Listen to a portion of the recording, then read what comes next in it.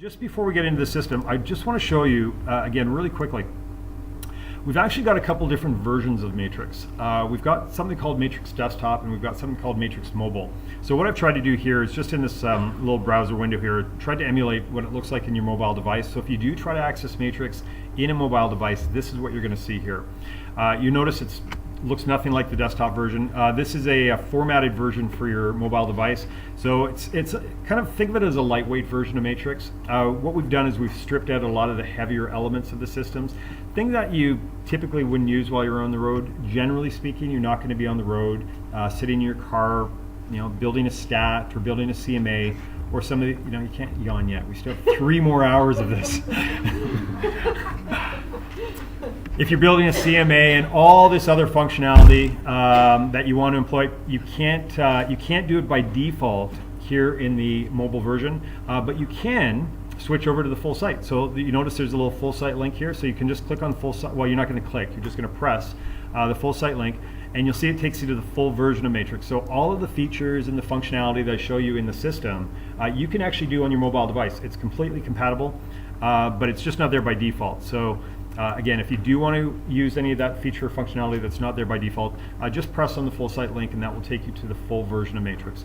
So Matrix is compatible with all your favorite devices and operating systems. So what would that be? Your iPhones, your Androids, your people still use BlackBerry? They still make BlackBerry? Yeah, you don't see those as much anymore, but yeah, it'll work fine on BlackBerry. Your tablets, works fine on your tablets. So basically across the board, and all your different browsers and operating systems works fine on that as well. The only thing that we ask is that you stay current. If you're still using IE6 from circa 1998, it's time to upgrade. A lot of our features, they tend to favor the newer technology. When we code, we're a very forward-thinking company, so when we do code, we try to code more for the future rather than the past. So just sort of keep that in mind. Try to stay somewhat relevant in your browser. As John mentioned, we are in a parallel period right now, and parallel to you essentially just means that you can use both systems. You can use your current system and you can also use Matrix. Parallel to us means this is the time that we work out the bugs. So think of yourselves as mass beta testers. That's the only way that we can get a system up and running for cutover. Cutover is actually when you stop using your current system and into Matrix. So you have, I can't remember the date, what is it, September, it's on your sheet, cutover September something, I think, 12th? Yeah, so that's when your current system is going to be cut off, and Matrix is going to be your standalone system. So during that period, which is the parallel period, that's the period where we go through and we make sure all the data is consistent, everything's right, and all the features and functionality is configured properly. And so the only way we can do that is if you guys go in and start using the system. So as John mentioned, if you see anything, let them know, and we'll correct it right away. Okay, so with that, we should probably just get into the system. So I've already actually logged into the system. One thing I will mention as well, I will be jumping over to another system just to show you some of the features. Your system right now, it's so new, it doesn't have a lot of activity in it, and just some of the things I need to show you need activity. So I'm just going to jump over to the Ortus system, which is your neighbor to the east, and I'll use their system at the beginning here, but I'll jump back as soon as I'm done. This is our Matrix customizable homepage. Now the reason why we call this customizable is essentially because of these widgets here. Now first off, what is a widget? A widget in Matrix is really just a quick access point to other features in the system. So what we've done is, sort of behind the scenes, is when we introduce a brand new feature to the system, we'll sort of decide internally whether or not that's going to be a popular feature or not. And if it is a popular feature, if we think it's going to be, we'll add it to the home page for quick access. So if you've used something recently in the system and you want to use it again, next time you log in or maybe during the same session, you can just go back to the home page and chances are it will be there, again, based on whatever your habits are in the system. So that's what a widget is. What makes it customizable is you can move them around according to wherever it is that you'd like to place them on the screen. You can minimize them again if you have a lot of widgets and very low resolution monitor like myself. You can save on a little bit of screen real estate just by closing them up. And if you don't want to see it, maybe again, maybe it's a widget you'll never use, you can close that widget, and where they go is into this additional widget here. So if you can't see yours, it's because your additional widget is minimized. So all you have to do is just maximize that, and then if you want to use them again, just click and then drag them back up to where you want them. All right, so we're actually going to be going through most of these widgets as we go through the system. So I don't want to spend too long really focusing in on any specific one of those. The only exception to that are the hot sheets and the market watch. They're more exclusive to the home page. So I'm going to talk about these for just a little bit, and I'm going to jump over to the order system for that. Again, just because they have more activity in their system. So I can show you there.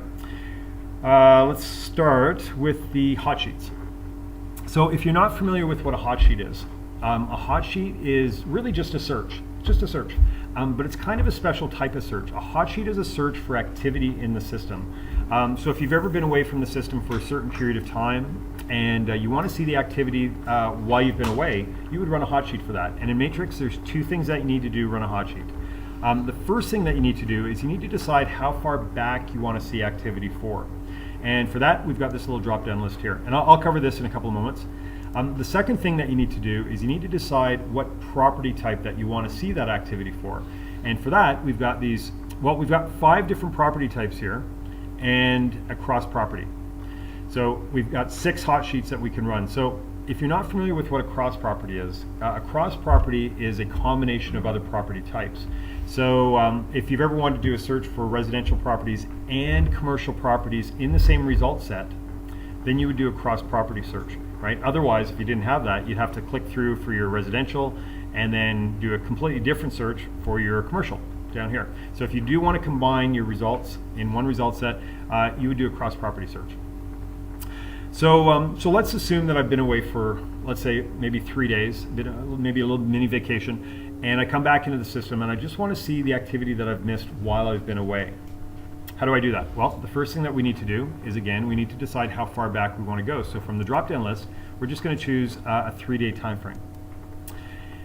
Next, we have to decide what property type that we want to see activity for. So in case you want to see absolutely everything that you've missed in the entire system, then you're going to choose a cross property. So that's what I'm going to do. Click on cross property, and we see that in the last 3 days, there's been 3,492 status changes. We'll call it that. So 3,492 status changes. That includes price increases, price decreases, back on markets, brand new listings, sold listings, expired. All of this different activity accounts for this 3,492 listings. Interesting, but it's probably not what you're looking for. Realistically, you're probably not interested in what's going on in the entire system, especially because you're actually sharing the system with 12 other boards, right? Because you're the Ontario Collective. So you may not really care what's going on in these other boards. So maybe it's just what's going on in your board, or maybe for a specific customer. Maybe you have a customer that's just looking in a specific area. So what you can do is you can come in and you can customize your hot sheets. So it's really just showing you the information that you're interested in. And it's very, very simple to do this. So we're just going to click on customize.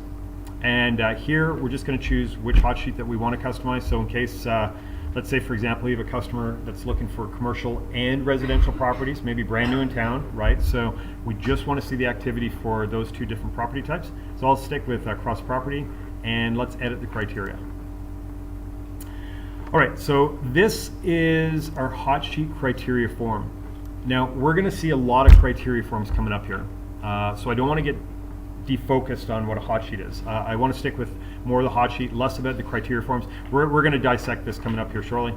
But for now, what we want to do is we want to isolate the activity for just this customer. And again, my customer is not interested in the entire MLS system. So I have a few different ways that I can search for the location, but I'll just do a simple map search for now. So let's say maybe, let's say this area right here. So maybe this is the area that my customer is interested in right there. So I'll just indicate that on the map. And again, he's brand new into town, looking for a residential home and a commercial business. So I'm going to add those 2 property types. And maybe I'm not interested in absolutely every single change, right? Maybe I'm just interested in the price decreases and maybe the price increases. So I just want to see the price activity while I've been away. So here's my here's my change type, and with that, I'll just save that for now. And I've just edited my first hot sheet. Very, very simple. But when you edit a hot sheet, you don't have to do this. But what I'm going to suggest that you do is when you edit a hot sheet, that you rename it. Rename it to something a little bit more intuitive. So in this case, I'm going to rename this this hot sheet to what did I do? I did residential, commercial, and then what did I do? Price up, and then down, and my customer's area. So I'll just call it my area. This way, if I don't use this hot sheet for a little while, if I just kept it as the regular cross property, then the next time I used it, I may have forgotten that I actually customized it, so I wouldn't get the results that I was expecting, right? So it's always a good idea just to rename it to something that's a little bit more intuitive, and with that, there it is. So here's my new customized hot sheet. So same scenario. I've been away for a few days. I come back into the system after 3 days, and I want to see all of the activity for that customer in his area. So choose 3 days for my time frame, and then choose the hot sheet that I want to use. And we can see that in the last 3 days, there's been 58 price increases or price decreases in my customer's area for commercial and residential properties. Fairly straightforward, right? Yeah. Okay. Good. So that's how easy it is to customize a hot sheet. Really, really simple. Just while we're on this, really quickly, you notice there's, again, 6 hot sheets that the MLS starts you out with. You have the ability to add additional hot sheets if you'd like as well. So if, let's say, for example, you'd like to maybe do another commercial and residential property activity search for maybe another customer, you could add another cross property in there. If you maybe never really do farm activity, right? So you don't really care. So you can delete that hot sheet and free up an additional space for a new hot sheet. You can have up to 10 hot sheets in here. So we have 6 now, and again, maybe you want the farm back. You have a customer who now wants to buy some farmland, so you want to see all the activity in farm. So just click on add, and then from here, select farm again, and get your hot sheet back. This will restore your system defaults, as the name suggests. So if you do want to bring back the default behavior, so get rid of all your current hot sheets that you've customized, this will bring it back to the initial 6 that you initially had. Just before I leave the hot sheets, I just want to show you really quickly your time frame options that are available. Now, most of these are probably pretty self-explanatory. 24 hours today, 3 days, 7 days. Again, right? That makes sense. There's a few here that might need a little bit more explanation though, starting with new only. If you use new only, this is typically used if an agent first logs into the system and they want to see just the new activity that they haven't yet seen. So I would log into the system, and let's say I just want to see, say, the single family residential activity. So select new only, single family residential, and we see 1,358. So again, that's all of the activity, 1,358 listings that I haven't yet seen that have had activity since the last time. That's great. I go off, maybe do other things in the system. I go through these, whatever it is I need to do, and maybe an hour later, I come back to this and I say, you know, I wonder in the last hour since I checked last, I wonder if there's been any new activity for residential properties, right? So I come back to the home page, I choose my new only, I select single family. Now, what do you think we're going to see if I click on this now? Any ideas? No? Nothing. Or possibly 1 or 2. This is, yeah, 2. There we go. So that means there's been 2 in the last 30 seconds. Because it's a very active system, right? This is over, this is east of us right now. So they have a very active system. So in the last 30 seconds, there's been 2, well, it looks like 1 price change here, and then a brand new property, right? In the last 30 seconds. So this is typically what you use if you just want to see the activity since the last time that you've checked. Now the flip side of that is this session. Now this is going to show you all of the activity during this session that you've seen and activity that you haven't yet seen. So it's going to be a combined total. So same scenario. We log into the system. We check our single family residential, just as an example. We should see our 1,058. There we go. Go off, we do other things in the system, come back to this in, maybe an hour later, and maybe there's, I don't know, 1,350, I guess. So that means there's the original 1,358 plus 12 new ones, right? So it's going to be combined total. Everything that we've already seen plus 12 new ones added to that. So that's a combined total, whereas this new only is just going to show you the new ones that you haven't yet seen. What if I've been away for 8 days and I want to come back and I want to see all the activity since I've been away? Well, I can't do that by default with these quick links because I only have 24 hours today, 3 days, and 7 days. So if I want to do anything outside of those parameters, I'd have to choose a custom time frame. Now, by definition, a hot sheet is to show you recent activity in the system. We define recent as 30 days. So if you want to see any activity over the last 30 days in the system, you'll use a custom hot sheet for that. So just click on custom, and then again, do the exact same thing. I'll choose my price increases and decreases, and then you choose how far back you want to go. So today we are the, we are the 16th, if you can believe it. We want to go back 8 days, so let's go back to the 8th. Right? So click on OK, and then run your hot sheet. And we see that in my customers area, there's 169 price increases or decreases during those last 8 days. So actually, I'm going to show you one other one. I went over that a little quick. There's another option right underneath custom down here, where you can actually see the activity for a specific time or time frame of the day that you're actually running the hot sheet. So today's Wednesday, and if we want to see all the activity between, well, let's say between 9 a.m. this morning and let's say 1 o'clock this afternoon. So in those past 4 hours, if we want to see all the activity during this time frame for price increases or decreases in my customers area, we see there's 9. Right? So that second option, that's a really good tool to use if you want to get really specific and see what type of activity there's been during a certain time or time frame of the day that you're actually running the hot sheet. All right, I think that's pretty much it for the hot sheets. The one I want to get to here is the market watch. Now, a market watch is actually very similar to a hot sheet. I actually call this an at-a-glance hot sheet. That's really what it is. This is showing you all of the exact same information that you can get in a hot sheet, but it's showing you that information at a glance. So when I log into the system, I don't actually have to create a hot sheet to show me all the price decreases in the system or all the price increases in the system over the last 24 hours for commercial properties. If I want to see all of the single-family residential brand new listings, right? Here's 310, right? So this is why I call it an at-a-glance hot sheet, because it really shows you all of that activity at a glance. But just like the hot sheet, realistically, this is probably not what you're looking for. Again, this is showing you the entire system, and because you guys are sharing the system with 12 other boards, you probably want to go in here and customize it, so it's really just showing you your area, right? So click on over to customize, and again, now we're in the market watch criteria form. Again, not to get distracted, but we are going to cover the criteria forms coming up here shortly. So just go through and select whatever area that you want to do. So let's say, again, just in the interest of time, let's just say that this is the area that I typically work in. That's the area that I'm familiar with. So that's my market.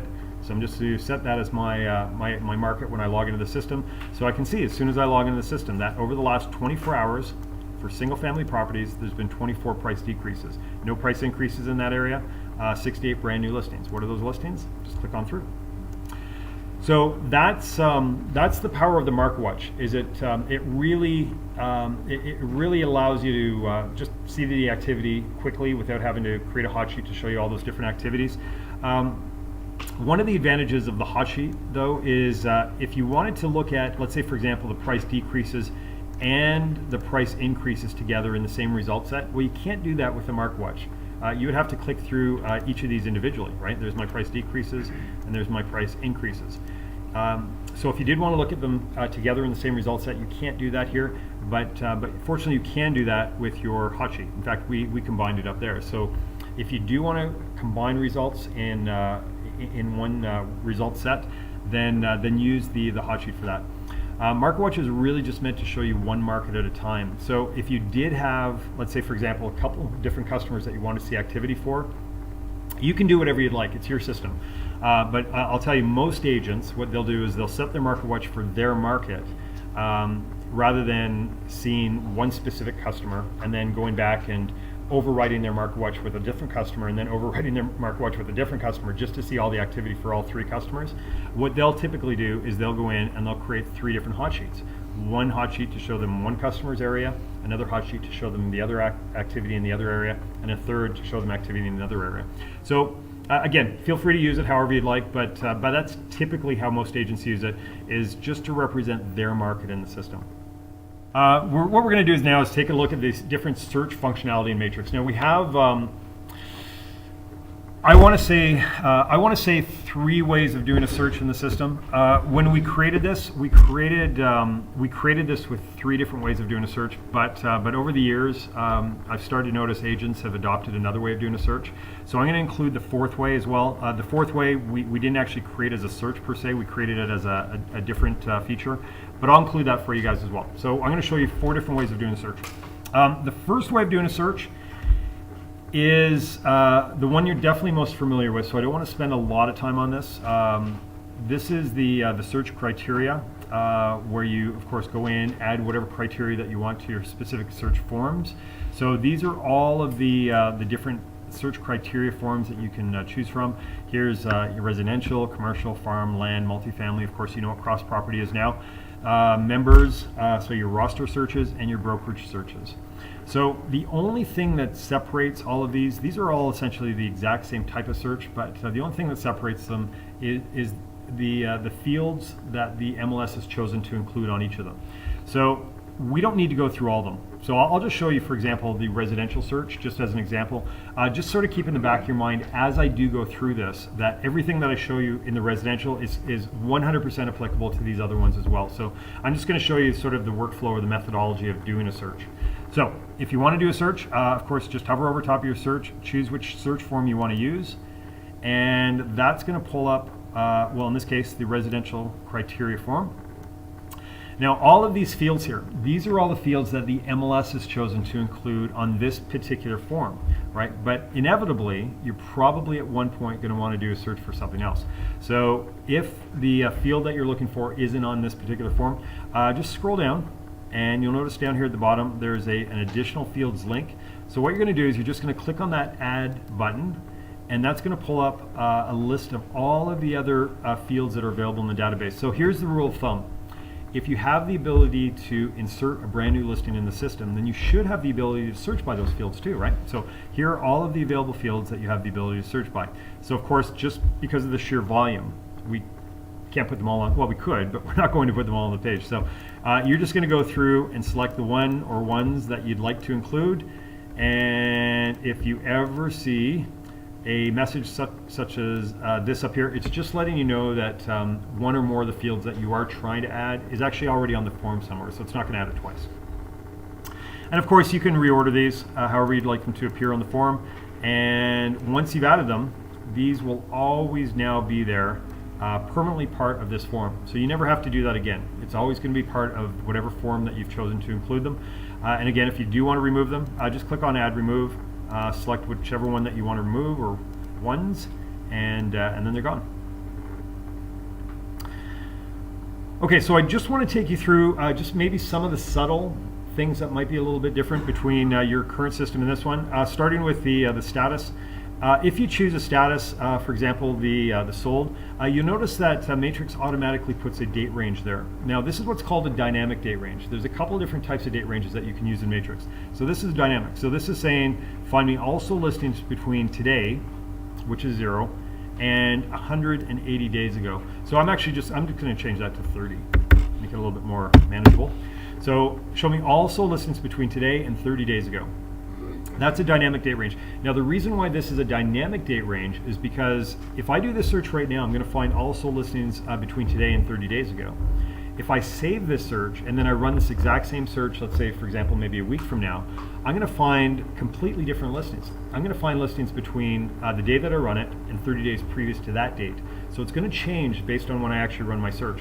So that's why it's called dynamic. The flip side of that is a static date range. So we can use, let's say, for example, the calendar control, and we'll do the same 30 days. We'll go back to the, that would be the 17th of July to the 16th of August. So here's my same 30 days, but now it's a static date range, meaning if I do the search right now, it's going to find also listings between the 17th of July and the 16th of August. If I save this search, it's going to find me the exact same sold listings, right? Because it's hasn't changed. It's still the same sold listings between the 17th of July and the 16th of August. So just be aware there are two different types of date ranges that you can use. If you, let's say for example, use this one. If you notice underneath some of these list boxes, you'll see 3 radio buttons, sometimes 3, sometimes 2 radio buttons, depending on the list box. But the default behavior is always going to be on OR. That's always going to be the one that's selected by default, because that's actually the one that you're going to use most often. So let's say we select, I don't know, maybe just these 3 here as an example. So what this is going to do is Matrix is going to return listings that have any of these selected items in the listing. So in this case, a listing could have this item, or it could have this item, or it could have this item. A listing could have any of these 3 selected items. It could have 2 of those items, it could have all 3, but it has to have at least one of those items to be returned in the result set. So those are the only 3 items from interior features that Matrix is going to be looking at. And again, that's typically what you're going to use most often, which is why it's the default.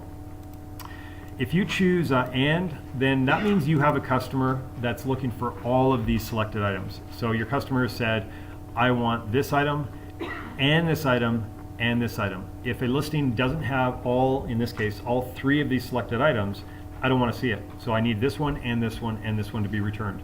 If a listing only has 2 of those items, it won't be returned. It has to have all of your selected items.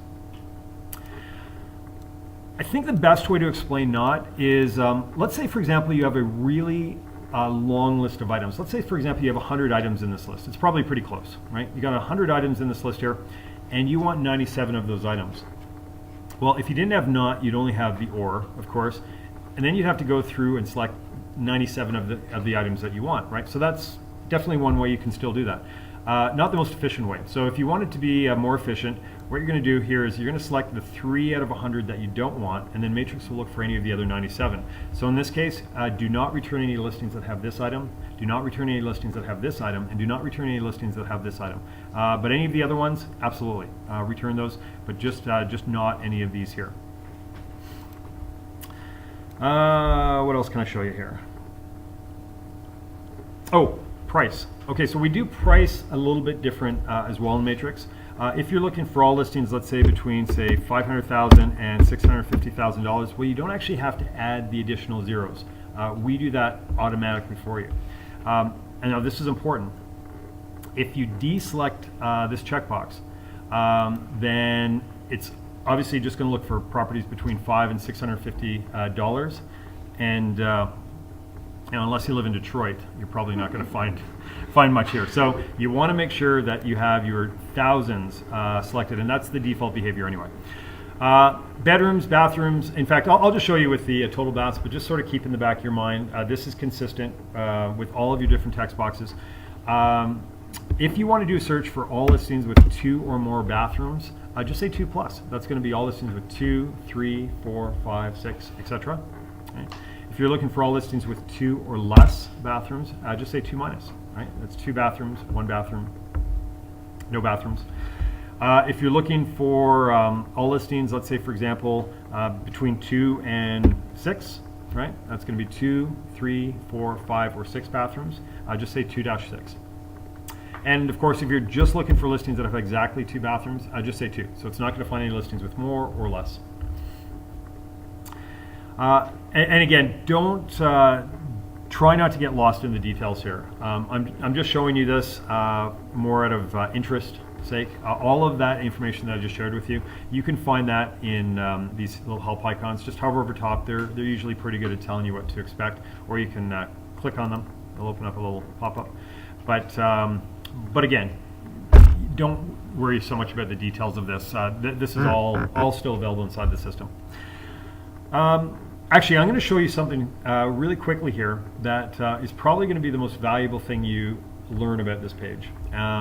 This is a little feature that we've added that you can set your initial criteria on this specific form. So the reason why this might be really practical for you is because you are sharing the system with 12 other boards. What you're going to find if you do a lot of searching in Matrix is you're going to find that you're constantly having to scroll through to find your MLS area, right? You're constantly going to be coming down here, and selecting that. And that's going to get old really quick. So what you can do is you can set your starting criteria. Now I've got a lot of other criteria on here, but you can set whatever criteria that you want to start with. So take London just as an example. And you'll notice there's a little settings icon right up here at the top. You can click on that settings icon, and then what you can do is you can set whatever's currently on your screen as your starting default criteria. So just to show you, assuming I've just logged into the system and I want to maybe do a residential search, so I come over to my residential. Here it is. See, it's already selected for me, so I don't have to reselect that. I can just go and continue with any other criteria that I'd like to use. Again, this is just more time-saving efficiency items that I'm showing you here, but that's a big one. That's a big one.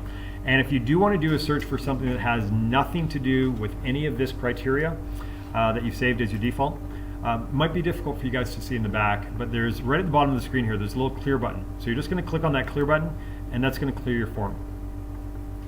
Now it hasn't cleared your defaults. Your defaults are still there. So I'll show you. If I just, again, I log into the system and I want to do another residential search, here it is. All my defaults are still there. I'm just clearing it for that one search. And if you do want to clear your defaults, so you don't want to use this anymore, maybe you've moved and London's no longer your area, so just come over here and go back to your settings, and then you can reset your system defaults.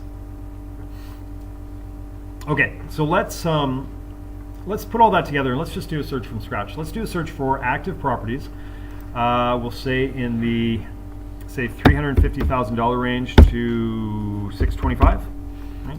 Let's do 2+ bedrooms and let's say 3+ bathrooms, something like that.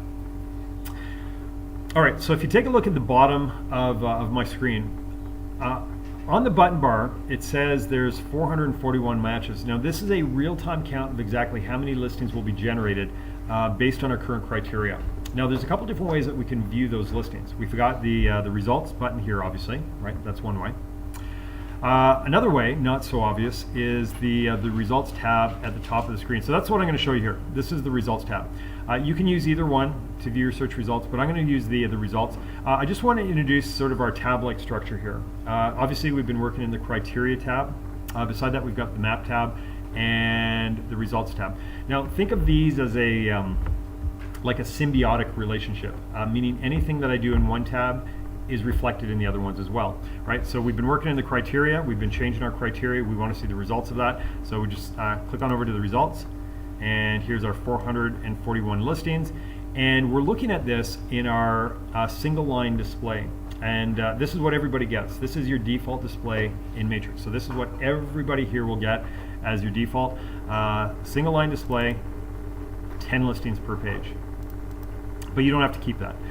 If you want to change it, maybe to 25 listings per page, or 50, or maybe 100 listings per page, you can change that. Maybe you don't want to see single line. Maybe you prefer to use any of these other display options that the MLS has included as well. So maybe member thumbnail, right? Maybe you don't have to be changing this every single time that you generate a search. Maybe you'd like to use this as your default instead of the single line. So you remember that little settings icon? We saw that on the previous tab. Well, you have it here again. So click on the settings icon, and then what you can do is you can set whatever's currently on your screen as your starting default. So in this case, it would be 50 listings per page in membership thumbnail mode. So that's now my default. So going forward, this is what we're going to see. Thumbnail mode, 50 listings per page. We're actually not. I'm going to bring this back to single line. I prefer single line, so I'm going to go back to single line, and I'm going to reset that as my default. So if you remember when we were on the criteria tab, I mentioned that all of the fields that we saw there by default, those were all selected by the MLS. The MLS are the ones that chose all of those criteria fields to choose from. Realistically, just like those aren't going to be all relevant for you, neither are the fields that they've included on the single line display. So you'll pull up your single line display like I just did, and you'll notice right off the bat that the fields or the information that it's showing may not be what you're interested in, or more importantly, maybe not what your customer is interested in. So what you can do, it's very simple to do this, what you can do is you can customize your single line display so it's really just showing you the information that you or your customer are interested in. So I'll show you how to do this. It's very simple. So right off the bat, actually, you can probably see, notice first off that I'm going to have to scroll through off the page just to see this additional information because I have a lower resolution monitor, right? So I want to get as much information on my screen as I can. So the first thing I want to do is I want to remove some of the fields that aren't relevant to me. And I see a lot of them right off the bat here. The first one I see is the water body field. Again, you may be interested in it, I'm not. So what I'm going to do is I'm going to click on the heading. Now, there's two places to click. You can click on the heading itself or on the text. So we don't want to click on the text. We're going to cover that coming up shortly. What you want to do is you want to click on the heading part, and that's going to open up a dialog box. And we're going to cover this coming up in a few moments as well. But for now, what we want to do is we just want to remove that column. So I'm just going to click on remove column, and it's gone. Same thing with the square footage. Again, I'm not interested. I'm just going to click and remove that column. Type, again, not interested. Remove that column. Style, not interested. I'm going to remove that column. Subtype, not interested. I'm going to remove that column. The salesperson, not interested. I'm going to remove that column as well. And also the listing broker, not interested. All right, so now it actually has, from the default, just the information that I'm interested in. Now it's not in the order that I typically use it in either. So what I'm going to do here is I'm just going to change the order of this a little bit. I, again, personally like to see the price at the beginning rather than lost in the middle. So what I'm going to do is I'm just going to click on the heading, and I'm not going to release it this time. What I'm going to do is just click, and I'm just going to drag this to where I'd like it to appear, maybe right there. And same thing with my my listing icons here. I'm just going to select these, and I tend to like those at the beginning as well. So I'm just going to add those just to the front. And just looking at this, I happen to notice that there's a field that I'd like to include that's not here by default. Maybe I'd like to put the driveway, just as an example. So there's no field here for driveway. So what I'm going to do is I'm going to click where I'd like that to appear. So in this case, right beside the city. Now again, I don't want to remove the city. What I want to do is I want to insert a brand new column beside it. So just click on Insert Column, and then select which field. So I'll just do driveway. All right. This is a great example. There's one reason why you can see it's actually pushing this out. It's actually starting to get a little bit close to the side of my page. It's probably more space than I need for driveway. The reality is most of them are going to be fairly short, so it's taking up a lot of additional space. So what I'm going to do, if you're familiar with Excel, it's very similar properties to Excel. I'm just going to grab hold of the edge, and I'm just going to slide this in and just, again, thin it out a bit just so I have a little bit more space on my screen. Now, you notice when I did that, it started to obscure the content that's underneath. Now, that's not acceptable. We don't want to lose content just because we're trying to tighten things up on the screen, right? So what we're going to do is, again, we're just going to click on the heading, and now there's an additional feature here that we've included called Wrap Line. Now, what Wrap Line is going to do is it's going to wrap any content inside of the cell that stretches wider than the cell itself. So I'll never lose any of the content. So I'm just going to wrap the line, and there you can see. So whenever I have content that's wider than the space provided, it'll just wrap inside, and I'll always be able to read it. And the same thing with the address.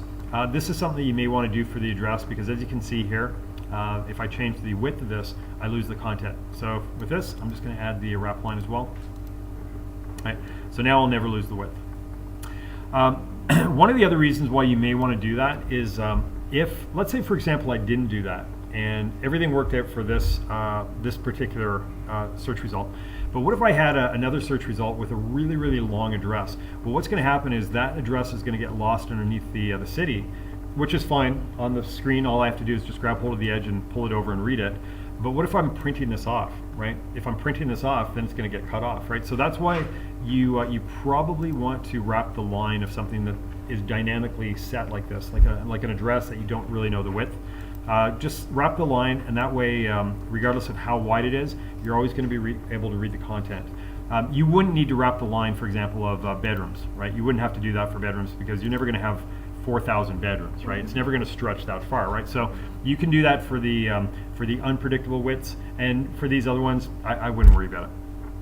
Okay, so with that, I think I'm done. So this is everything that I need to do for my custom single line display. the last thing I want to do is have to do this every single time that I want to generate searches. So what I'm going to do is I'm going to save this so that I can use it again in the future. So if you remember our little settings icon here, right beside that I've got a manage display icon. So I'm just going to name this my new custom display. Something like that. That's it. So I'll just name it. And you'll notice all of your custom displays when you create them, so you may create several for different customers. All of your custom displays will appear now at the very top of your list. So these are all of your default matrix ones, and these will be your custom ones up top for, again, for easy viewing if you do want to see information for a specific customer. When I do a search right now, if you remember, I use the MLS default as my search. I don't want to do that anymore. What I want to use now is my custom display. So you've already seen this a couple times. So I'm going to go back to my settings, and now I'm going to set this custom one as my new default display. So every time that I generate a search in Matrix, this is what you're going to see: 10 listings per page, my custom single line display, and you'll recognize it because it's the one with the driveway in there. So if you just want to sort of keep an eye on that, you'll notice that this is now my new default display going forward. Okay, so I just want to show you really quickly these four icons here. These are consistent actually in all of your different displays. There's some other icons that you're going to notice in the system. Those are third-party icons, so we're not going to get into those. But these are all the matrix icons, and again, you'll see these in all of your displays. So I just want to cover these really quickly, starting with the photo icon. So this is, of course, how you're going to view the photos individually, one by one. We have the thumbnail view underneath, and we have a larger thumbnail view. And finally, we have a slideshow. So if you want to see a slideshow, maybe you're just speaking with a customer and you just want something running in the background, so you can throw the slideshow on. Beside that, we have our map. So this is our actually, we've got a few different views. This is our default road view. Underneath the drop-down list, we've got a satellite or a bird's eye view, right? And there's a third view. It's not added yet, so it hasn't been configured. This is a Google Street View. It's going to appear right here as a tab, and let me just show you. I'll show you in this system here, just so you can see. So here is here's what the Google Street View looks like, if you're not familiar with that.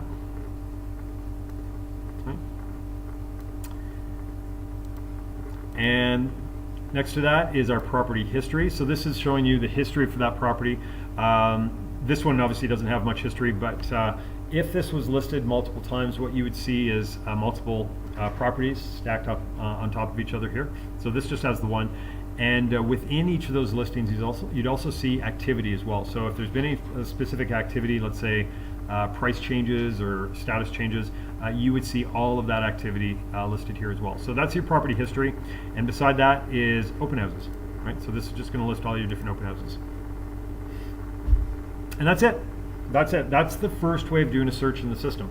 So just to quickly recap that, we have the search criteria where we generated a search using specific criteria.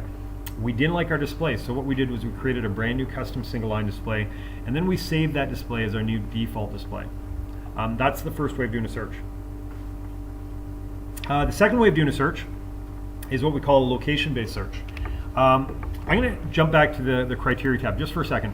I just want to show you, you remember when I did this search, I added all this criteria? Well, you probably noticed that I was searching the entire MLS system. I didn't isolate any listings according to any type of location. I searched the entire system. That's probably not realistic. Realistically, you're probably going to have customers that are looking for specific or predefined areas. So we need to isolate our listings according to what our customers are looking for. So there's two different ways that we can do this. The first way is the predefined areas. So if we want to do a search for any area in the system that's already been predefined, for example, MLS area, municipality and district, sub-district, local area, city, postal code would be another one. These are all predefined in the sense that if I select all these different areas, then Matrix is going to know where to isolate my listings. I don't have to think about it, right? All I have to do is select it, and Matrix will do the rest, right? It does all the again, all the heavy lifting. So if your customer is looking for any of these predefined areas, great, go ahead and use that. But what if my customer is looking for maybe this area here and maybe a part of this area here, or maybe a part of this sub-district and a part of this sub-district, or maybe part of this postal code and part of another postal code, right? We can't select each of these because that's going to show us everything in those selected areas, right? So what we need to do is we need to do a very specific search, or what we call in Matrix a map-based search. So there's a couple different ways that we can get to the map. This is the first way, obviously, just click on the map search link here. The second way is clicking on the map tab, so that's what I'll do. And here we see, here's our 441 listings, and of course they're spread out through the entire MLS system, but we're not interested in the entire MLS system. We're really just interested in the areas that my customer wants to search.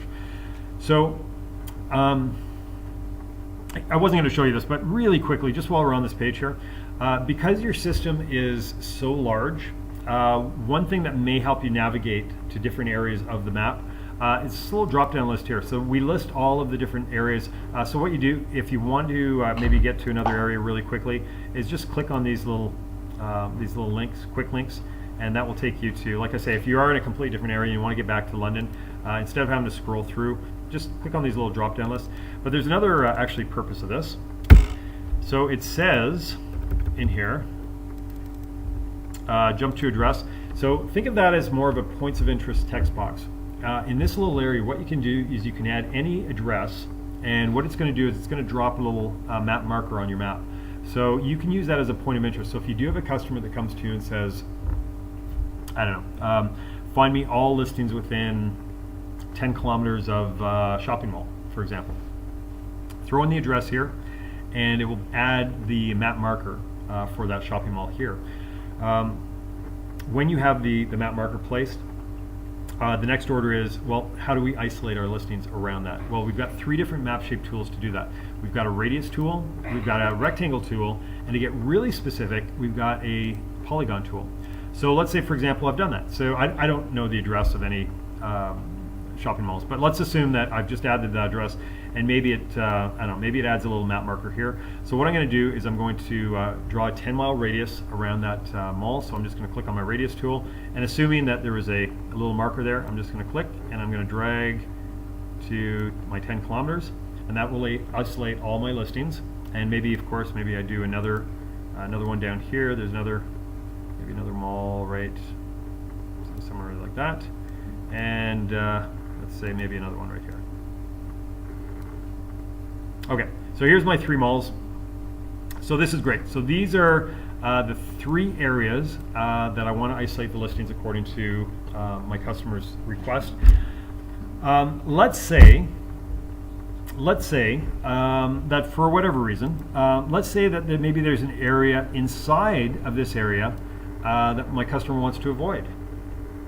Maybe, I don't know, maybe his mother-in-law lives in this little area here, right?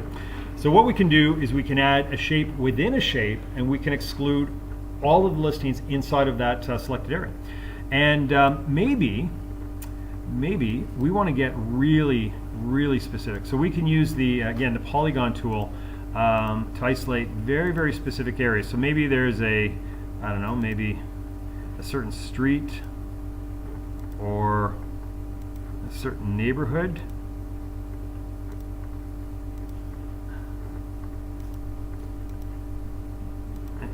Any guesses? Dog.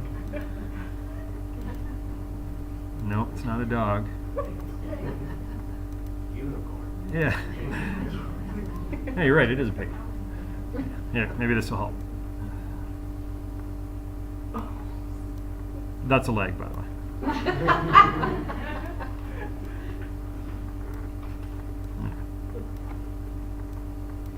There. I grew up on a farm. So you can see you can get very specific using as many points on the polygon as you like, add as many shapes to the map as you'd like. If you want to modify any of these afterwards, no problem. Just grab hold of the edge, right? Just add more area to it if you'd like. You have a lot of flexibility with this. So what do we have here? So now we have 123 listings. We've whittled this down from what did we whittle it down from? 400 and some odd listings, whatever we had there before. So these are the listings that we actually want to work with. So we probably don't want to send all 123 listings to the customer. What we'd actually prefer to do at this point is maybe take a look at the listings individually. There's a couple of different ways that we can do this. I'm going to show you one way. I'm not necessarily recommending this if you're working on the map. There's a more efficient way, which I'll show you in a second, but just so you're aware, you can, if you'd like, pop on over to the Results tab here and cycle through these images individually. So let's say, for example, I look at this listing. If it is something I'm interested in, I can select it from here, and then I can go through to the next one. Nope, not interested. Not interested. Yes, I am interested in that one, so I'll select that. And I can continue cycling through individually one by one. So that's one way if we want. But it's not necessarily the most efficient way. So I'm going to go back to the map. So if you're working on the map and you want to stay working on the map, a lot more efficient way of selecting the listings and taking a look at the different listings is just to click on the map marker. So click on any of these map markers and it will open up the thumbnail. If it's something you are interested in, you can select it from here. Right? But again, if there's a lot of listings that you're interested in, chances are you probably don't want to be selecting them individually one by one like this. So if you don't want to have to open up the thumbnail view for every single listing, we've got a couple of different little options here. This is a single checkbox and a multiple checkbox icon. The single checkbox is if you already know which listings you're interested in, all you have to do is hover over and select whichever ones. And again, it just saves you having to open them up individually. Or if there's maybe a large group, maybe it's like a property development, right? So there's maybe 10 or 15 listings in there that you know you'd like to work with. Just click and then drag over top of all of the listings, and then select them all at the same time. So what do we have here? So now we have 16 listings that we've selected. These are the ones that we actually want to work with. So what can we do with these? Well, we can actually do a lot. And what we're going to do is we're going to take a break here coming up shortly. So after the break, I'm going to show you all of the different functionality associated with your search results. So I don't want to give anything away at this point, but since we're still on the map, what I thought I'd do is I'd show you this feature right here, which is our driving directions. So what we may want to do is take our customer on a bit of a driving tour, show them these 16 listings. So we're going to click on directions, and then what Matrix is going to do, it's going to take all 16 of those listings and it's going to order all of those listings in the most efficient route based on my starting and my stopping point. This is the most efficient way of getting from the first to the last listing. There is no more efficient way. This is the most efficient way of getting from this one down to this one down here. But there is a bit of an issue with this though. There is a bit of an issue. The issue is that Matrix, at this point, Matrix doesn't actually know where we're starting from, right? What if my customer actually lived closest to this property right here? Why would we want to start way up here, just have to double back to where my customer lives closest to, right? So wouldn't it make a lot more sense if we started here? So what we can do is we can click on this, and then we can drag this to where we'd like it to appear on the list. So in this case, we'll start with this, right? And then we come down, and of course we recalibrate our directions based on a new sort order. There's another small issue as well. We know how to get from this first listing here to the second one, and we know how to get from the second to the third and the third to the fourth, etc., etc. What we may not know is how to get to actually the first listing. How do we get to this listing here? Or again, how do we get from the last listing down here back to the office or back to our customer's home, right? So what we can do is we can add a custom starting location, just like we did in the points of interest. We just add the address, find it on the map, right, and then just recalibrate our directions and a stopping location as well. So if we do want to put in our office address, just find it on the map and then recalibrate our directions based on that as well. And even though it says start and stop, you can place those anywhere in the list. So maybe you want to add a lunch stop in there somewhere. So just add the address for the restaurant, place it anywhere you'd like in the list, and again, just recalibrate directions. And then once you have those complete, you have a couple of different options. You can email those out to the customer, or you can print them off and take them with you as well. So those are your two different options. I don't want to get into this too much right now, but I'll just mention that this is just one of many things that you can email from Matrix. We're going to take a look at all of the different again, the features and the functionalities, and you're going to see that you can email quite a few things, but this is just one of many things. What happens when you email something from Matrix is your customer is going to receive a notification in whatever email address that you have for them on file. In that notification, they're going to have a link, and so what they're going to do is click on that link, and then whatever it is that you've sent them is going to open up in what's called a client portal. So we're going to take a look at this coming up after the break. But again, this is just one example of something that you would send. So they would get a link that you've just sent them driving directions. They'll click on that link, and in their portal will open up whatever driving directions that you sent. So again, we'll take a look at that coming up here shortly. So that is the second way of doing a search in the system. So again, quick recap. The first way of doing a search was our search criteria. We generated a search using specific criteria. We didn't like our display, so we created a brand new custom single line display. Second way of doing a search was the location-based search. So we saw we have predefined locations, and we have something called specific locations using 3 different map shape tools to isolate our listings. The third way of doing a search, this is my favorite way. The third way of doing a search is what we call a speed bar shortcut search. And you may have noticed these sort of cryptic looking characters up at the top here. These are what we call speed bar shortcuts. And you can think of a speed bar shortcut as a sort of like a Google-like approach to finding information in the system, but finding it very, very, very quickly. So I think the best way to explain this would just be to show you. I'll just show you on, I'll use the home page just as an example. Now I could do this from any page in Matrix, doesn't have to be the home page, but this is typically what you're going to do when you log into the system.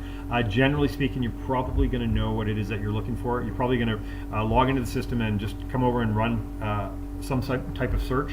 What you'd have to do is, again, choose your search criteria form, fumble around and look for the different fields, add their criteria, go down to the bottom, click on results, generate your search results. I mean, even explaining that takes longer than it does to show you what a speed bar shortcut is. So very, very simply, same scenario, you log into the system and you want to do a search. So right off the bat, you say, let's say I'm looking for all, say, active residential properties, maybe between, say, $325,000 and $550,000 with maybe 2+ bedrooms and, say, 3+ bathrooms. And we see there's 348 listings that match that criteria. And we found those without entering a stitch criteria in the criteria form. Right?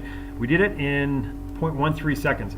So this is, like I say, this is just a really quick, efficient way of doing searches in your system without having to constantly toggle back to your criteria forms.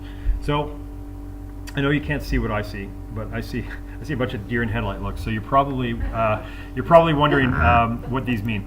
So you actually have a lot of shortcuts in your system, and in the interest of full disclosure, I don't really know all of your speed bar shortcuts. I actually manage all of our systems. We've got north of 100 systems out there, and they all have slightly different speed bar shortcuts in them. So I don't know all of every system's speed bar shortcuts. Even as we speak right now, a system out there can be adding brand new ones. So there's no way for me to know. So what I'm going to do is I'm going to show you what I do. There's a little help icon here where you can click that and pull up some of your common ones. I never use that personally. I never trust that it's up to date. So what I do is when I go into a system and I don't know what their speed bar shortcuts are, I'll come in to do a search. So I'll just choose whichever search form that I want to use, say residential, and just do a search like you normally would. So let's say 325 to 650. Well, stick with 2+ bedrooms, say 3+ bathrooms, something like that. And you see it automatically fills in my speed bar with that criteria. That's the best way for you guys to learn. It really is. Just take a look at the speed bar when you do regular searches, and you'll start to figure things out. You'll start to realize that, oh, okay, well, res clearly stands for residential, A for active, C for conditional. Here's my price range, here's my bedrooms and bathrooms, and whatever other criteria that you want to add. Now, the second question you guys might have is, what order do they actually have to be in? And the good news is, no specific order. So if you wanted to, you could have started with your price range, or you could have started with your status. I could have put my property type at the end. There's a bit of a caveat to this, and I think you probably already recognize what that is. Bedrooms and bathrooms. Now, as far as order goes, I can put bedrooms and bathrooms anywhere I want in the speed bar. I could have started with it if I want, put it in the middle, doesn't matter. But if you're doing a search for bedrooms and bathrooms together, then what you want to do is you want to add bedrooms first and then bathrooms second. And that's normally how you speak anyway, right? Bedrooms and bathrooms, right? So that should be easy for you to remember. So just remember, in this case, it's 2+ bedrooms and 3+ bathrooms. So that's the order. If I just wanted 2+ bedrooms, well, then I don't have to add bathrooms, right? 2+ is obviously, it's understood that that's bedrooms, right? Because it's first. What if I wanted 3+ bathrooms, right? I can't say 3+, right? Because it's going to think it's 3+ bedrooms.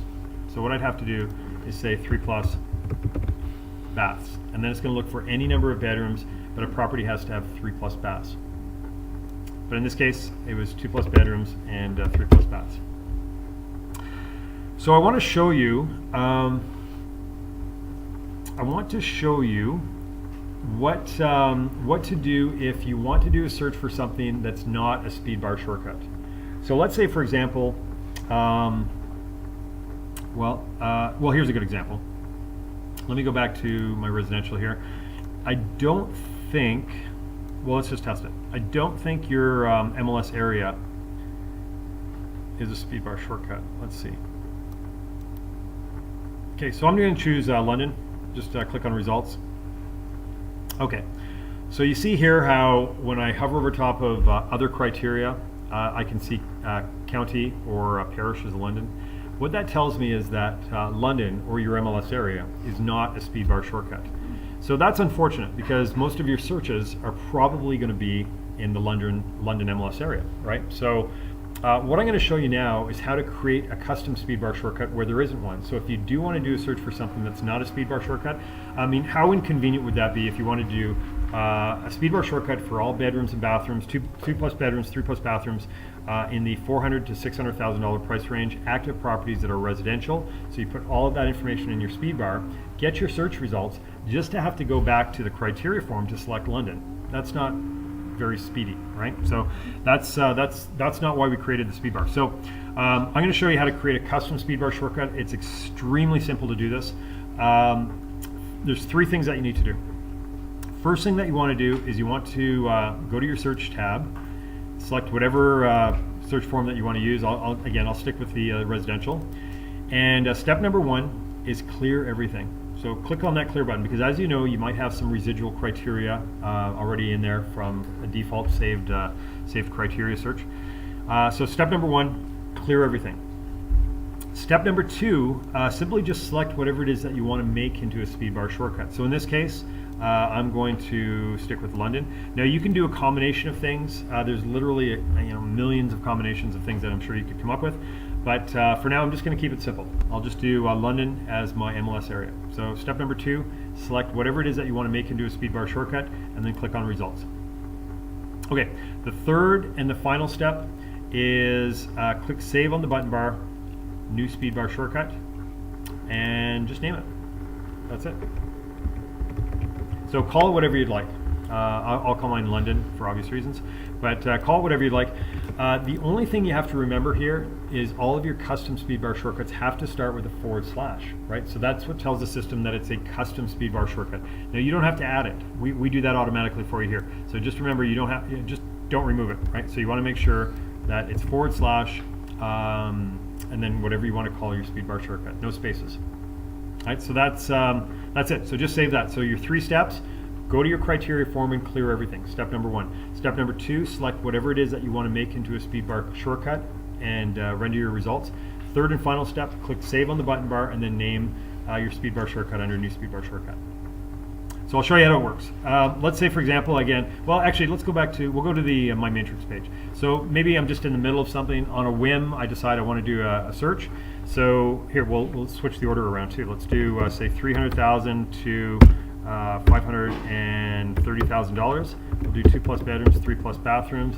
Let's do active properties that are residential.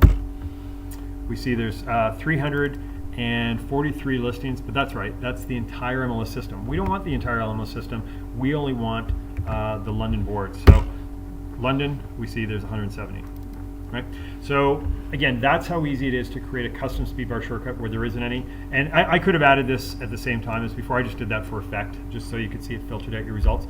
But yeah, feel free to add that and create a custom speedbar shortcut where there isn't one in the system. Oh, wow, I'm really running behind here. So I'm just going to talk about maybe a couple more things about the speedbar really quickly that you can use this for. Let's say, for example, you want to do a street search, right? So search for a specific street. Just add the street number, the street name. You don't want the suffix. You just want the street number and street name. This is actually a good example. You see how it's giving me two listings, one for active and another one for K, whatever that is. Do you know what K is? No? Okay. Well, whatever that is, another status. I'm only interested in the active ones, so I'm just going to put A, right? So you already know how to do that. So that's a good way to filter out your results if you are getting multiple. MLS numbers is another option. So if you do want to do a search for multiple MLS numbers, just type in the MLS number, space, type in another MLS number, space, another MLS number, space. So just separate them by the spaces. Oh, here's a good one. Roster searches. So if you want to do a roster search in the system, one way to do that is obviously just hover over top of your search, go to member search, add the member's first name, the member's last name, generate your search results. Again, even explaining that takes longer than it does to use it in Speedbar.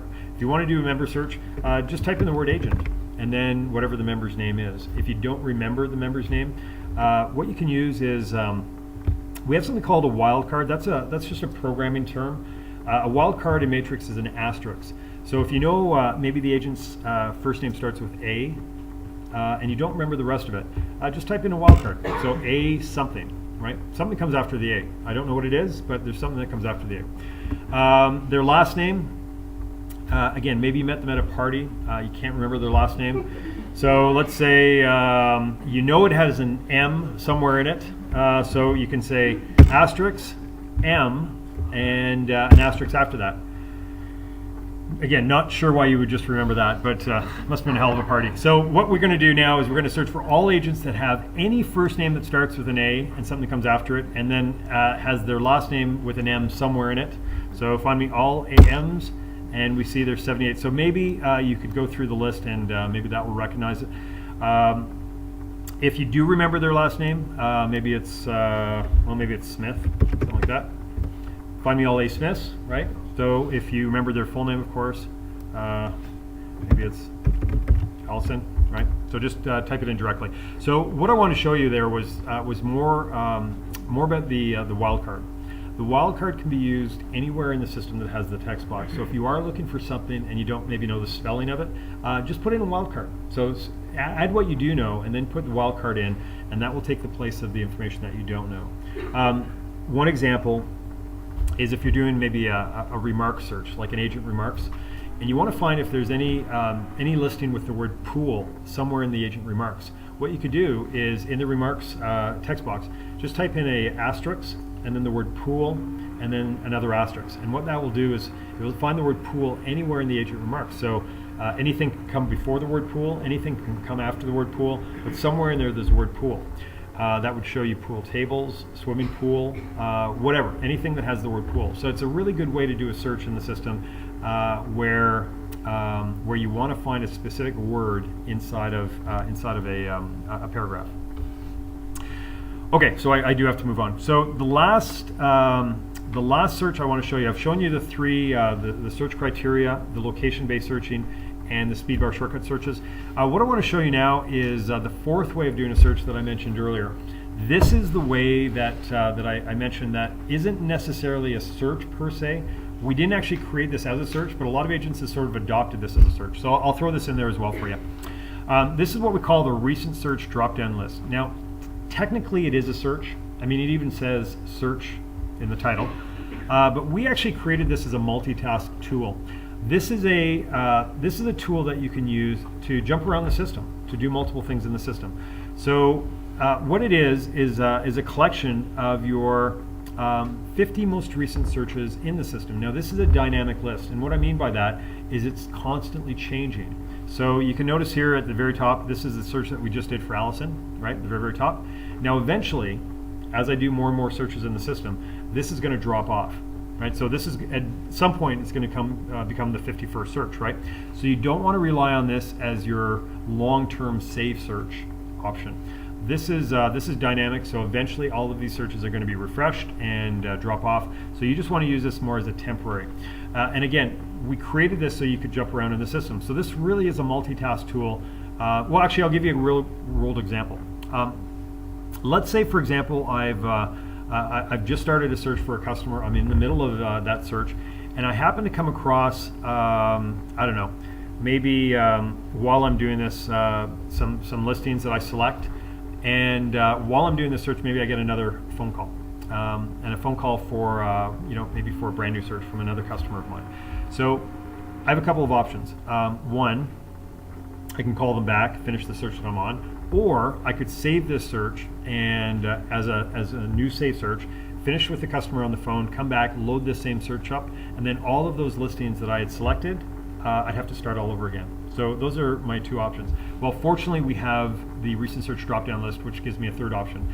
With this, I can literally just stop what I'm doing and jump on with the customer on the phone, work on their search for them, and then as soon as I'm done, jump right back to where I left off with this. So that's what this is, multitask tool. So in this case, let's say I've done that. Help the customer on the phone, I'm through with them. Now I want to jump back to my original search. So wherever that is in the list, you'll see here, this is your search criteria that you used. This is when you actually created that search, and these are the number of search results that were generated by that search. So I've just selected my search that I want to jump back to, and this is a great example, right? This is a great example. This could have brought me back to my single line display, but it didn't. It brought me back to my map page. Why? Well, it brought me back here because this is the page that I was on when I left this to go and answer the phone. So it brought me back exactly to the same page. Actually, not only did it bring me back to the same page, but you notice that it kept all of the same listings selected. So I can literally just pick up from where I left off and continue with the search. So that's why we call it a multitask tool. It really does allow you to multitask in the system. It allows you to jump off, do something else, and then just come back and continue from where you left off. And I don't want to get too technical here, but the reason why we can do this is we take a snapshot of every page. So when you do leave the page, it's recorded. We call it a view state. That's the programming term.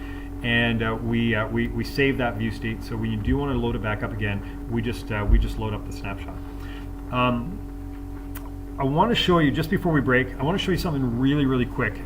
Something that has actually nothing to do with Matrix.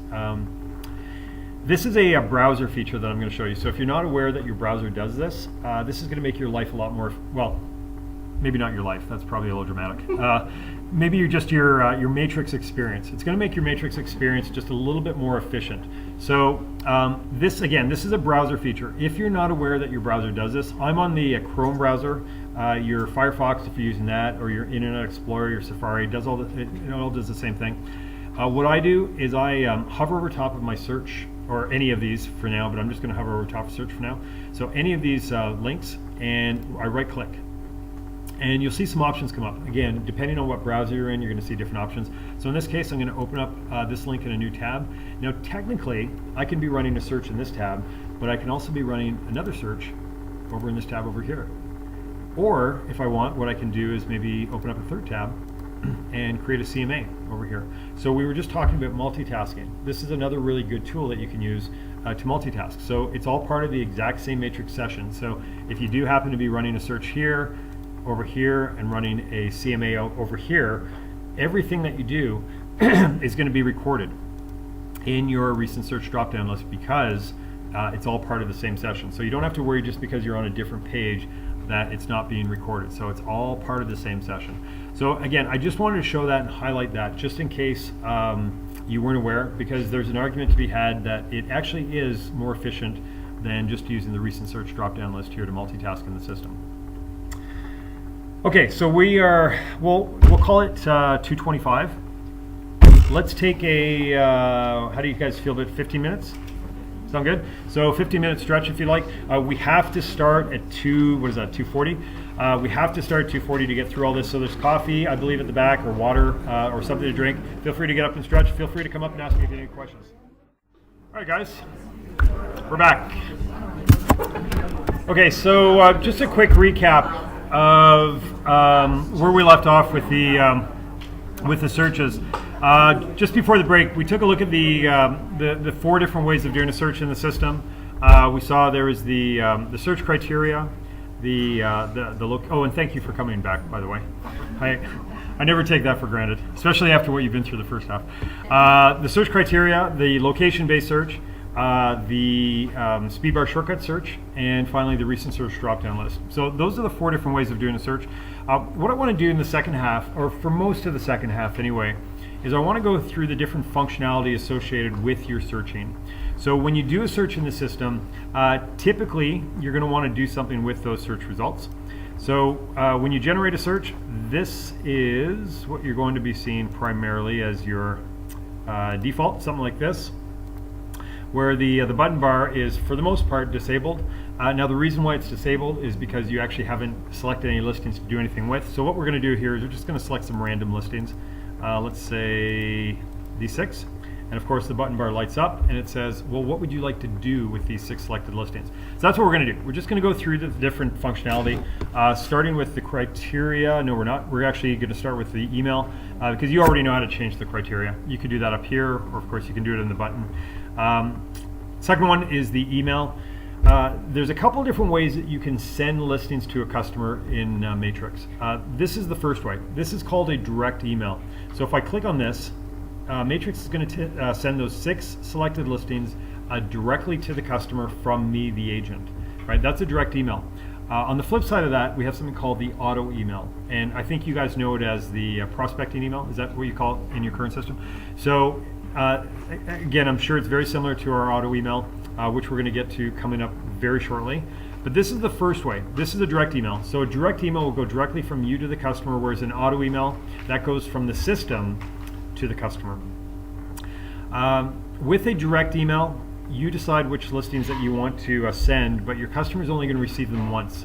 And what I mean by that is if there's a, let's say for example, a price change or a status change to any of these 6 listings that I'm sending right now, my customer is never going to be notified of that because I'm sending it in a direct email. If you want your customer to be notified of any changes to any of these listings, set them up in an auto email, and we're going to take a look at that coming up. But again, this is a one-off. This is just sending these listings once. Beside that, we have a print button. So as the name suggests, if we want to print these 6 selected listings, we have a lot of different display options that we can print by. You'll recognize these as the different displays inside of Matrix. So I'm not going to go through these. You can check those out on your own time. The only one that I actually want to show you is the first one here. This is, if you remember when I created my own custom single line display, you can also print by that as well. So I mentioned that earlier. If you do want to print your very specific fields for a customer, this create a custom single line display for them, and then you can print by that. And I'll show you what that looks like here. All right, so here's my custom single line display. Again, it's got my driveway in it here, and you can see it's also wrapped the line here, so I'm not going to lose any of my content. You'll also notice that I have a banner at the top here. So this is a banner that I selected elsewhere in the system. I'm going to show you where you can actually select your own as well. If you don't want to use any type of branding on your printed material, just deselect this option right here, and then it's just going to print your content. Beside the print is a CMA button. So this is the first video. If you remember, I mentioned at the beginning, there's just no way that we're going to get through all the content. It's just there's too much content to cover in 3 hours. So I'm going to ask you to watch the 2 videos, the CMA video and the stats video. But I also mentioned I'll give you a little bit of insight to those, starting with the CMA. So this is how you would create a CMA through a search. There's 2 different ways of creating a CMA in Matrix. You can create a CMA from a search, and you can create a CMA from scratch. Both take you to the exact same spot. This just allows you to start with a search, and it just depends really on how you want to start a CMA. A lot of agents like to start it from doing a search, and then some agents like to start doing it from scratch. So choose whichever way. I've started this one from a search. What I've done is I've just generated a search for my comparables. I have selected 6 listings that I want to use as comparables. Now the question is, how do I get those 6 listings into my CMA? Well, that's what the CMA button here is for. So I just click on CMA, and it takes me to my CMA wizard. So you'll recognize this when you watch the video. This is the CMA wizard. I'll take you step by step through the process of creating one. But what you'll notice is when you get to this step here, if you started your CMA from a search, you'll notice that when you get to this step, there's nothing to do. You've already got your comparable selected, so you can skip right over that. So that's the main difference between starting it from a search and starting it from scratch. When you start from a search, your comparables have already been selected. When you start from scratch, you have to go through and do each individual step. And then when you get to this step here, you would just go find your comparables. So again, watch the video. I take you step by step through that process, and I show you both ways of creating a CMA. The next one over, driving directions. We've already seen that, obviously. Stats. So there's a couple of different ways that you can create a stat in Matrix as well. If you have listings selected, like I do here, so these 6 listings here, then what you want to do is you want to run tabular stats. So when you click on stats, you see an option for tabular. Click on tabular, and what that's going to do, it's going to take your 6 listings and it's going to show you the minimum, maximum, average, and median values of these selected fields that the MLS has chosen. Right? That's tabular, very straightforward. There's another type of stat too, which is called a chart stat. Now this is my favorite feature in Matrix, and also the second video that I'd like you to watch. Again, it's not a difficult feature. It just takes a lot of time to really show you the entire thing. So that's the second video that I want you to watch, was the stats video. But I'll give you a little bit of insight to it here. So if I want to run chart stats, you'll notice here if I click on stats, charts is disabled. Now the reason why it's disabled, you already know, is because you have listings selected. So you want to make sure that your listings are deselected, and then you have your charts available. So what does charts show you? Well, let me go back to my map. This is just a better visualization. You'll see this better here. So let's say, for example, I've run a search for a customer. I'm looking for all listings in these areas here. They were close to shopping malls or whatever. And isolated all these listings. These are all 2+ bedroom, 3+ bathroom, 350 to 625,000, etc., etc. So that's all the criteria. So this is real-time information. This is exactly as it looks currently in the system. These are all active properties. So I look at this and I say, okay, well that's interesting. That's real-time information. What I want to see as the agent is maybe I'm interested in also seeing what was the average number of days it took to sell a single family home in these areas, let's say over the last 12 months in this price range.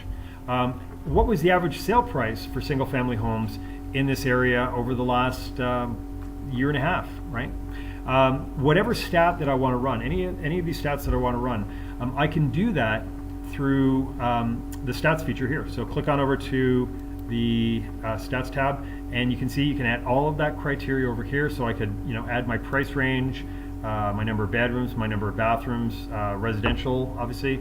I'd have to go and select all of the same areas that I selected earlier for that previous search that I did.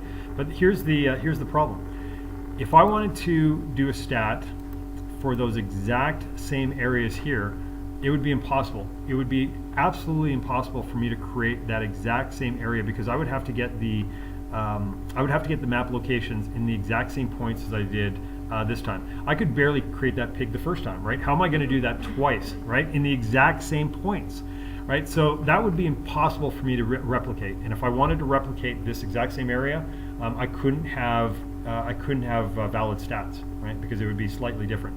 So that's why we created this feature here.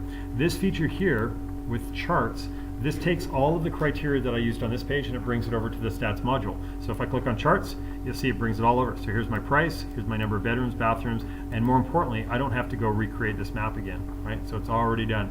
So that is the main reason why we've added the stats feature there. So if you ever want to generate a search in Matrix, and then you're wondering what type of statistics you can look at on that search, then just click on the stats. Make sure you don't have any listings selected, because otherwise you're doing tabular stats. Unselect your listings, then click over to charts, and it will bring all of your criteria on over, and then you can choose whatever stat that you want to run on that same criteria. Watch the video. I take you through everything that I just showed you, and then I get into exactly actually how to run the stat as well. So very, very powerful feature. Beside the stats is a feature that you may not use. I'm going to show it to you really quickly here, but in my experience, not a lot of agents use this. The ones that do use it often. So if that's you, then great. You're going to explore this with us. But again, if you don't recognize this, don't worry about it. Chances are you won't need it in Matrix. This is a export feature. This is what allows you to select listings from your results and then export the data out of those into a CSV file. And if you're not familiar with what a CSV file is, it's an Excel spreadsheet, essentially, right?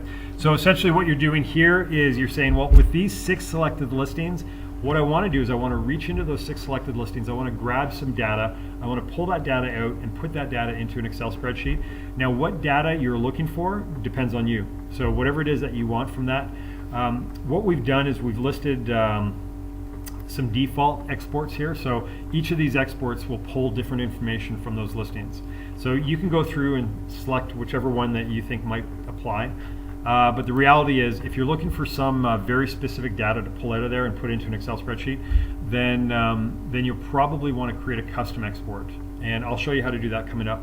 So, but this is actually where you would run it. So I'll show you how to create a custom export in a few moments here. Beside that, this is a quick CMA, just selecting your comparables and just generating a quick CMA PDF. The Refine tab. So this is actually a cool little feature here. This is a feature we call a View As feature. A View As feature is going to show you any listing that you're currently looking at on the screen through the eyes of a specific customer. So what I mean by that is, well, actually, I'll give you a real-world example. Let's say that I've just come to the office, and first thing in the morning, and I run a hot sheet. I want to see what type of maybe price changes there's been in the last 24 hours.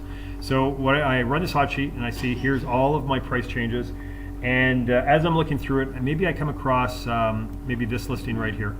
Maybe this listing here I think would be perfect for one of my customers. It's just had a $30,000 price decrease, and I'm not really sure if my customer's actually ever been sent that listing. I have a lot of customers and they're all receiving listings at different periods of time. So how do I know if my one specific customer has received this one? Well, that's what the View As feature is for. With the View As feature, I can select any of my customers and I can see the listings through their eyes. So in this case, maybe I think this would be perfect for my customer Bjorn. So what I'm going to do is, for my drop-down list, I'm going to select my customer Bjorn, and I can see that Bjorn has actually never received that listing, right? But if he had been sent that listing, it would look like this. Look at this. So this is a listing here that Bjorn actually has been sent. He was sent that listing yesterday.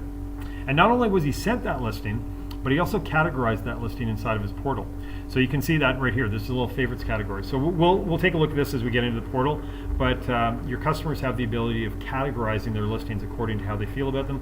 So we know that Bjorn really likes this listing. So that's a good example to show you. But the one that we just had the $30,000 price decrease on, he's actually never been sent that. So we can now in good conscience know that we can send it to him, and it's the first time that he's actually been sent. Beside that, we have a narrow button. So this is, of course, going to narrow down our search results to just these selected listings. So if I select these 5 listings here, narrow them down to these 5. Right? If I want to unnarrow, just come back up to that little breadcrumb at the top. Fast way of doing that. Works the other way as well. If I want to discard these 5, keep the other 118. Or if I want to undiscard them, bring them back. Sorting. So we talked about at the beginning when we were discussing the custom single line display. I mentioned how when you click on the heading, it opens up a dialog box, and there's the other option of hovering over top of these. So you don't want to hover over top of this when you want to open up a dialog box, right? You just want to be on the heading itself. When you hover over top of this, it lights up, and this is what's going to allow you to sort by the columns. So in this case, we can sort highest to lowest, lowest to highest, etc., alphabetically. We also have another sorting option as well. This is a hierarchy sorting option, and if you click on the sort button here, this is just going to give you different fields to sort by. So in this case, if we want to sort by, well, we'll keep status. Let's move that up a bit. We'll keep list price, and let's get rid of these other ones here. I'll add one more here. I'll add, let's say, for example, bedrooms. Okay, so we'll just use these 3 as an example. If you do a search for multiple statuses in the system, if you don't sort by anything in particular, what's going to happen is it's just going to randomly be generated. You'll have some active properties, then you'll have some sold properties, then you might have some more active properties, then maybe a few expireds in there, and then some more actives, and it's just going to sort of be all over the map. What you're saying here is by adding your status first, you're saying, okay, I want to sort all of my statuses in a specific group. So in this case, we want to sort by all of our active properties in one group. So this is A for active, right? So all of your actives, and then your S for solds, and then your E for expires. So those are the three different groups, and we're doing it in ascending order. You can double click that, do descending order if you want, but we're going to do ascending order. Next beside that is the list price. So within our active properties, everything's going to just, again, be randomly generated. We don't want that. What we want to do is we want to sort it by our prices within our active properties. So we're going to do our list price. So that's going to be the next sorting option. So in this case, it's going to be descending order. So it's going to be all of my highest price to lowest price active properties. Then it's going to be all of my highest price sold to my lowest price sold, and then my highest price expired to my lowest price expired. And then if I have any two listings that are the exact same price, what I'm saying here is if I have, let's say for example, two $500,000 properties, which one gets listed first? Well, it's the one with the lowest number of bedrooms. So a property with 3 bedrooms at $500,000 is going to be listed before a property with 6 bedrooms with $500,000. So again, add as many fields that you want there. This is how this is just how they're going to be a hierarchy sorted. I'll jump over save. I'm going to come back to this in a couple of moments. We'll jump over to carts. So we have something in Matrix called a cart, and a cart is a repository. It's a place to put listings on a temporary basis. So if you want to do a search for, well, I can think of actually a few different reasons why you'd use this. Most agents use it for doing searching for one customer, and then typically if they come across maybe other listings that would be perfect for another customer, they can set those listings aside, and then they don't lose them, right? So so that's what we're going to do here. Let's assume that I've just done this one search here for a customer, maybe my customer Bjorn, and while I'm working with Bjorn, I happen to come across maybe these 4 listings right here that would be perfect for another customer of mine, maybe my customer Sue, right? So what I want to do is I want to take those listings and I want to set them aside because I don't want to get distracted for what I'm doing with Bjorn. So that's what I'm going to do here. So I'm going to take these and set them in Sue's cart. So from my carts drop-down list, I'm going to select my customer Sue per man. Really? Nothing? Tough crowd. Tough crowd. We're going to add those 4 listings from Sue's to Sue's cart. So you see, jump from 0 to 4. Right. So now they're safe and secure in Sue's cart, right? So I can continue on with Bjorn, knowing that I've got all those 4 listings I can jump back to whenever I'm through working with him. So let's say I've done that. Let's say that I've, I don't know, maybe an hour later I find myself in a completely different area of Matrix, maybe in this section here, and I've just finished up with Bjorn. Now what I want to do is I want to continue on with those 4 listings that I set aside for Sue. How do I do that? Well, there's a few different ways that we can get to those, but if you remember back to when we talked about at the beginning, the home page, that's your home page quick access point, right? So if you've used something in Matrix recently and you want to get back to it quickly, just go back to the home page. So here it is underneath my carts. So you notice that the Sue's cart is right here. So just jump into Sue's cart by clicking the link, and here are those 4 listings. So you'll notice here when I select these, I have all of the same functionality as I have with my normal search results. So if I want to email these out to Sue or print them off or create a CMA and use those as comparables, anything that I want to do for Sue, it's all right here for me. Let's take it a step further. Let's say that while I'm in her cart, I happen to come across these 2 listings that would be perfect for another customer of mine, maybe my customer Dwayne, right? But I'm not quite through working with Sue yet, right? There's still a few more things I want to do. So while I'm in her cart, I select those 2 listings that I think would be perfect for Dwayne, and I come back to carts and I'm going to set them in his cart. So what I'm going to do is I'm going to pull up my customer Dwayne, pipe. Wow. You're going to see it jump from 0 to 2, and now they're safe and secure in Dwayne's cart. So here's what I want to impress upon you. You've got the option of copying listings from your search results into a cart, but you can also copy listings from a cart into another cart as well. The only thing I'm going to recommend is when you do use a cart, because we're still in Sue's cart here, right? Let's say, for example, I've emailed these off, or I've used them as a CMA, or whatever it is that I've used them for.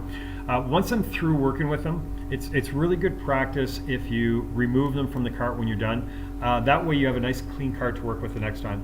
Typically, like I say, we'll save them in the cart indefinitely, but the reality is at some point they're going to be expired or sold or what have you. So you may not need them in the future. So just to keep your cart clean, just empty them out once you're through working with them.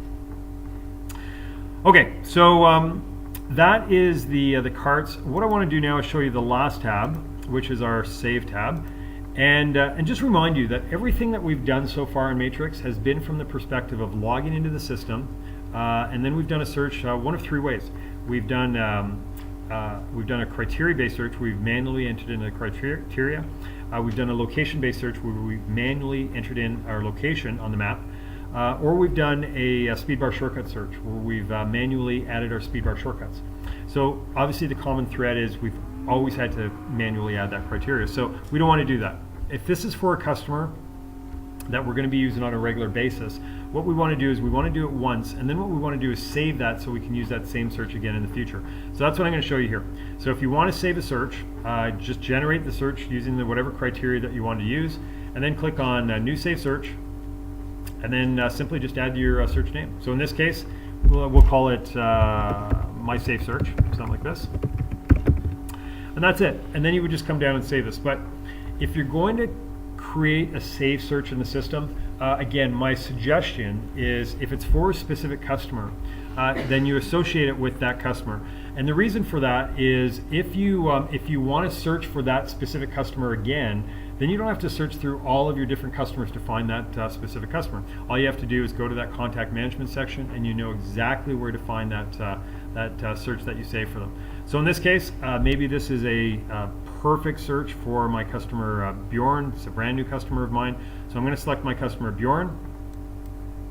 And because he's a brand new customer of mine, I know that I'm going to be using this search on a regular basis. So what I'm going to do is I'm going to save this as a favorite search on my homepage. Now we can create as many safe searches as we want, but we can have as many as 10 of them on the homepage for quick access, right? So that's what we want to do, is we just want to have this accessible as soon as we log into the system. So this is going to be one of my 10. All right, so that's been saved. So I'll show you on the homepage as soon as I log into the system. Here it is right here. So underneath my favorite searches, all I have to do is log in, click on that, and here's my search results. All right, so again, doing this is going to allow us to manually run the search whenever we log in. You may not want to do that. You may want to set this up so that you don't actually have to manually run this. You would set this up as an auto email so the system is actually doing the searching for you. So that's what I'm going to show you now. This is how you would create a new auto email. So I mentioned earlier, two ways to send listings to a customer. There's the email, the direct email, and then there's the second way here, which is the auto email.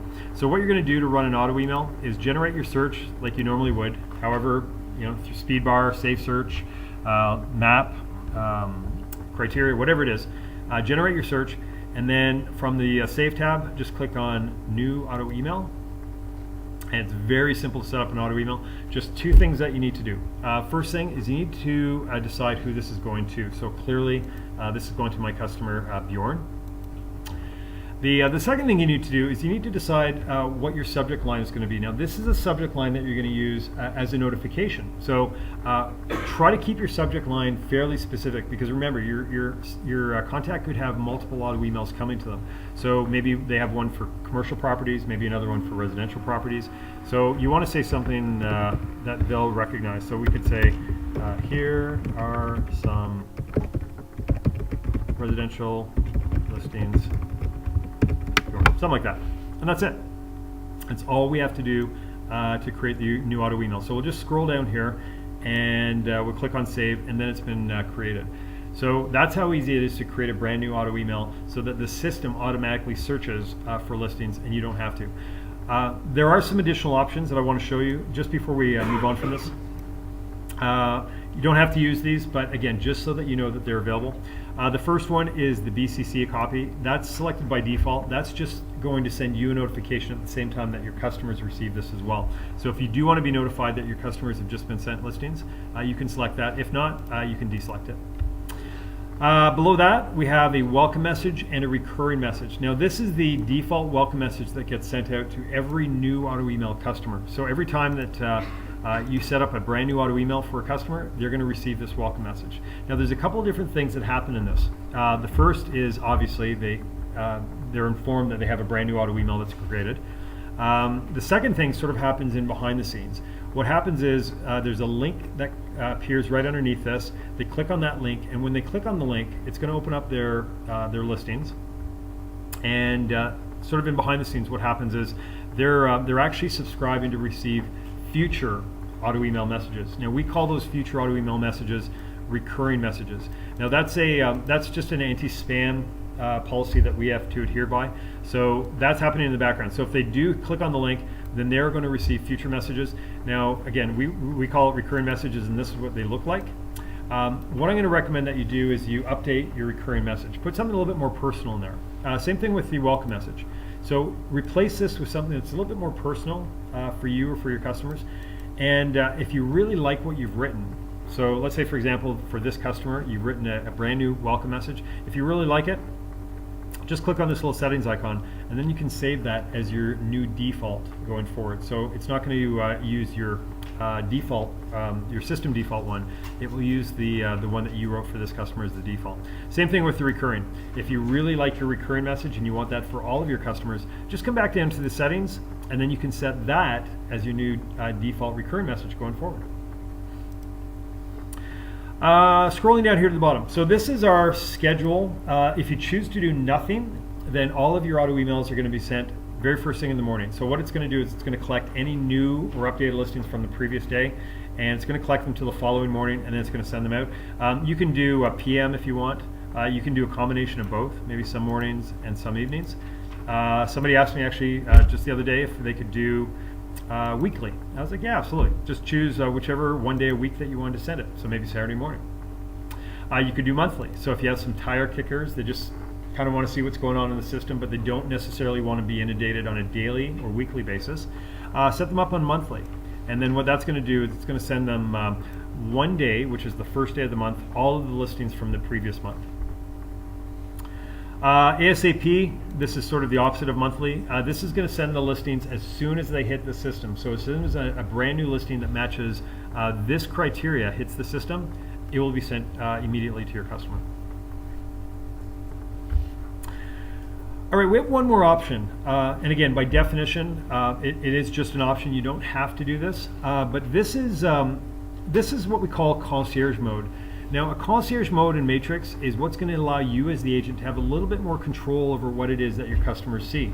So in this case, let's say I want to do a concierge auto email for this.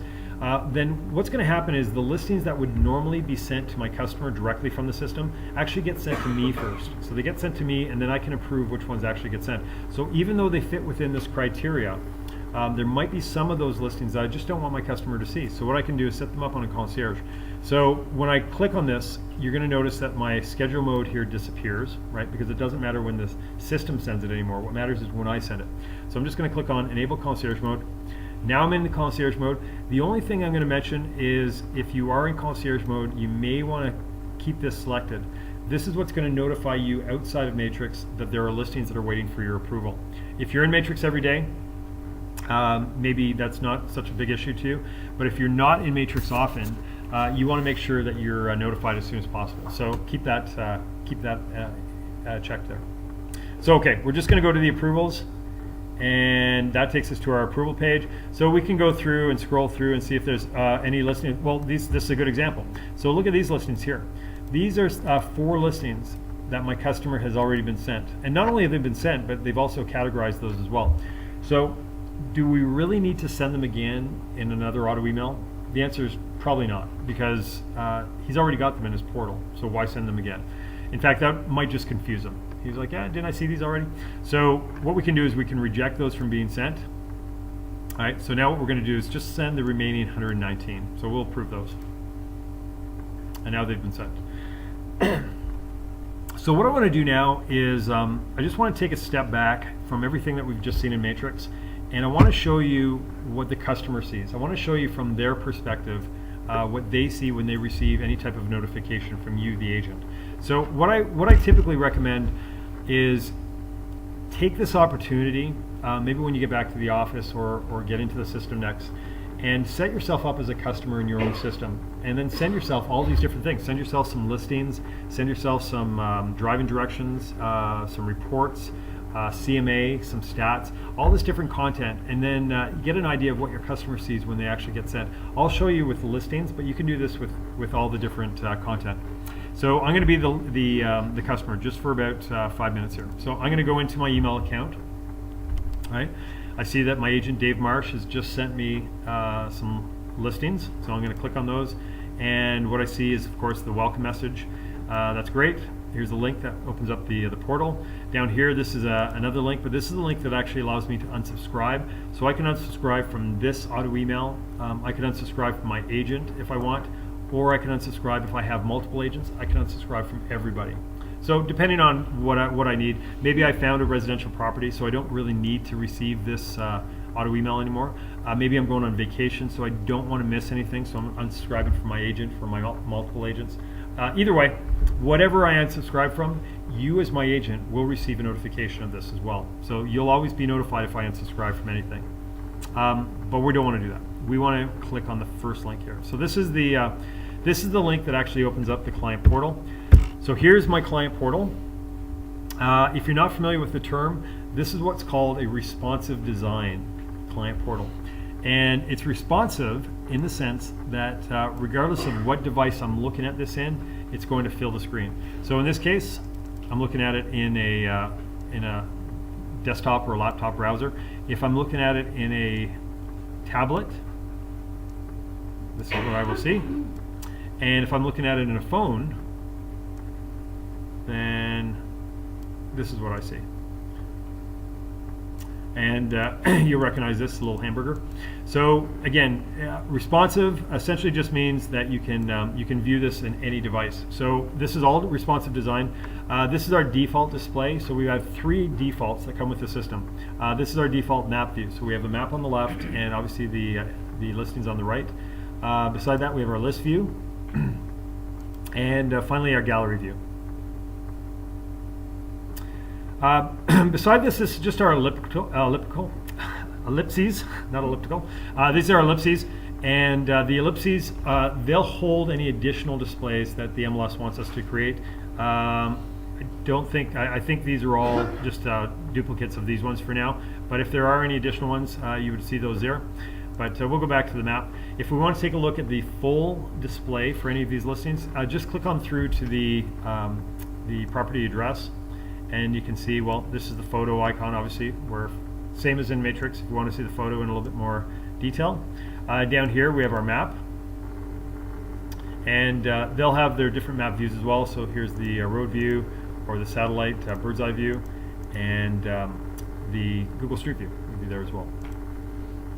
Above that, we've got a little notes section here. So this is a little area where your customer can write a note either to you, the agent, or for themselves. So if there is something specific about this property, say great view, great view, and something like this. And again, this is just something specific that I like about this property. If I do see a lot of different properties, it just allows me to remember what it is about this specific one that I liked. And speaking of that, if we want to categorize it, then these are the categories that we can add them to. So I've already added this to a favorite. If I want, I can move that to a possibility. Or if I don't like it, I can discard it altogether. And then I don't have to look at it every time. But I'm going to keep it back at the favorites. Beside that is an option to view all my searches. Now, I have the searches that that my agent has created in the system for me. I know them as my agent searches. You know them as auto emails. So that's what will appear down here. I also have another option up here to create my own custom searches. So maybe I want to do a search for something that's in maybe a slightly different price range than what my agent set me up on. Maybe it's in a different area than my agent understood that I was looking for. Regardless of which, what I can do is I can save this search and I can create it as a new custom search, something like that. And again, then you see underneath my searches here, this would be a collection of all my custom ones that I've created inside of their portal, and all my agent searches that they've created as an auto email for me. Beside that, this is just a collection of all my favorite listings, possibilities, and discarded. Over here, a collection of all, well, this says messages, but you know them as notifications. So this is where all my notifications, just saves me having to go through my email looking for something specific that you sent me. And of course, just a collection of the property notes here as well. And beside that, just finally, this is just a little section for my agent. So this is where all the agent information that he can add inside of the Matrix system, and I'll show you where to do this. But this is where that lives on the agent portal page.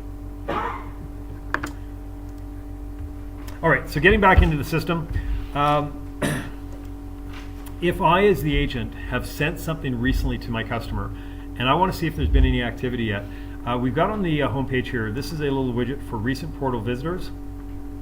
This is what's going to show me that there's been some recent activity, more specifically for this particular customer that I've sent something to. So in this case, we can see that my customer Bjorn has recently visited their portal at 3:11 p.m. They've added some favorites and possibilities. Here's a note that they've added. Here it is right here. Great view. Good to hear. How about I have another property with similar view, something like that. So I could send a note back, and of course they'll be notified inside of their portal of this. And you can actually be notified outside of Matrix for your notes, and I'm going to show you that coming up shortly. But this is something that I just saw when I came into Matrix. And beside that is an option if I want to open up the portal itself. So if I want to open up their portal and see exactly what's been happening inside of the portal, I can play around with this and take a look at it just in the same way that they can. But I'm in BCC mode here, which essentially means that I can't change anything in their portal. I can look at it, but I can't actually go and change anything. Everything's kind of locked down, but I can take a look at the different sections. So that is that's the recent portal visitors widget. You may want some additional information than what's shown here. Again, this is just a quick glance at what's been going on. If you want some additional details, just click on their name, and that will take you into their contact management section. That's one way of getting there from the home page. Another way of getting there is into My Matrix, go to Contacts, and then just click on their name, and you can see this is the exact same area, but now we're inside their contact management section. So this is the third and final section that we're going to be covering today, My Matrix. So again, quick recap. We took a look at the home page, all the widgets being for quick access to other features in the system. That's the first section. The second section that we covered was the search section. We took a look at the 4 different ways of doing a search in the system and everything that you can possibly do with your results. That's the second section. The third and final section that we're going to be covering is the My Matrix section. My Matrix section is your section. That's where you set your own configuration for yourself. It's also where you set your configuration for your customers as well. So that's what we're going to do now for the remainder of our time, is go through the different options available in My Matrix. So we're going to start with contacts. As I just mentioned, you can get to an individual contact by clicking on their name in the home page there, or you can come to the contacts page and open up the specific contact. In this case, it's Bjorn. And if we do want to see some additional activity, just click on their name, and here's again a little bit more of a timeline of exactly what they've been doing inside of their portal. So here, 3:11 p.m. they visited their portal. 3:12 they added a note. We already saw what that was, but if we wanted to read it again, added a possibility. 3:14 discarded a listing, added a listing. Oh, look at this, 3:14 they added a brand new search. Let's click on that. Oh, well, this is interesting. I had no idea that my customer was looking in this price range, in this area, right? So this is all brand new to me. So this is a great opportunity for me to contact my customer and say, listen, instead of you having to check your portal every single day for these listings, how about you let me set you up on a new auto email? right? And you already know how to do this because we went through this earlier, but they did the search, right? You're just converting them. They did all the heavy lifting when they did the search for themselves. So again, it's just a really good tool to be able to see what type of activity your customers have been engaged in inside of their portal.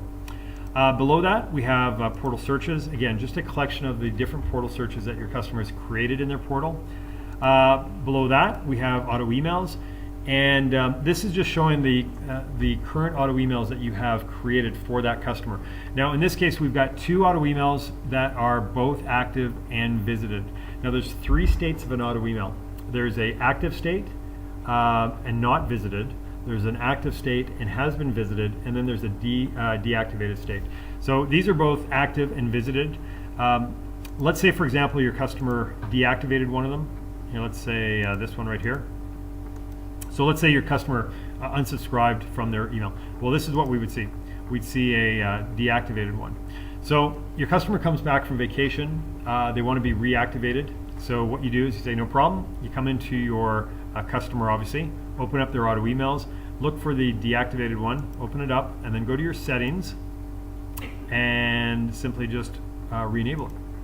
So if your customer was set up on a concierge service, then you're going to have to check and make sure that no listings came in during their absence. So just click on go to approvals. We see that while they were away, there was 3 listings that came in. So we could reject these or approve them. I'm not going to do either, but I'll just go to done. And now you can see the second state. The second state of an auto email, which is active, but it hasn't yet been visited yet. So this is the second state, and you can see it doesn't have the check mark in it.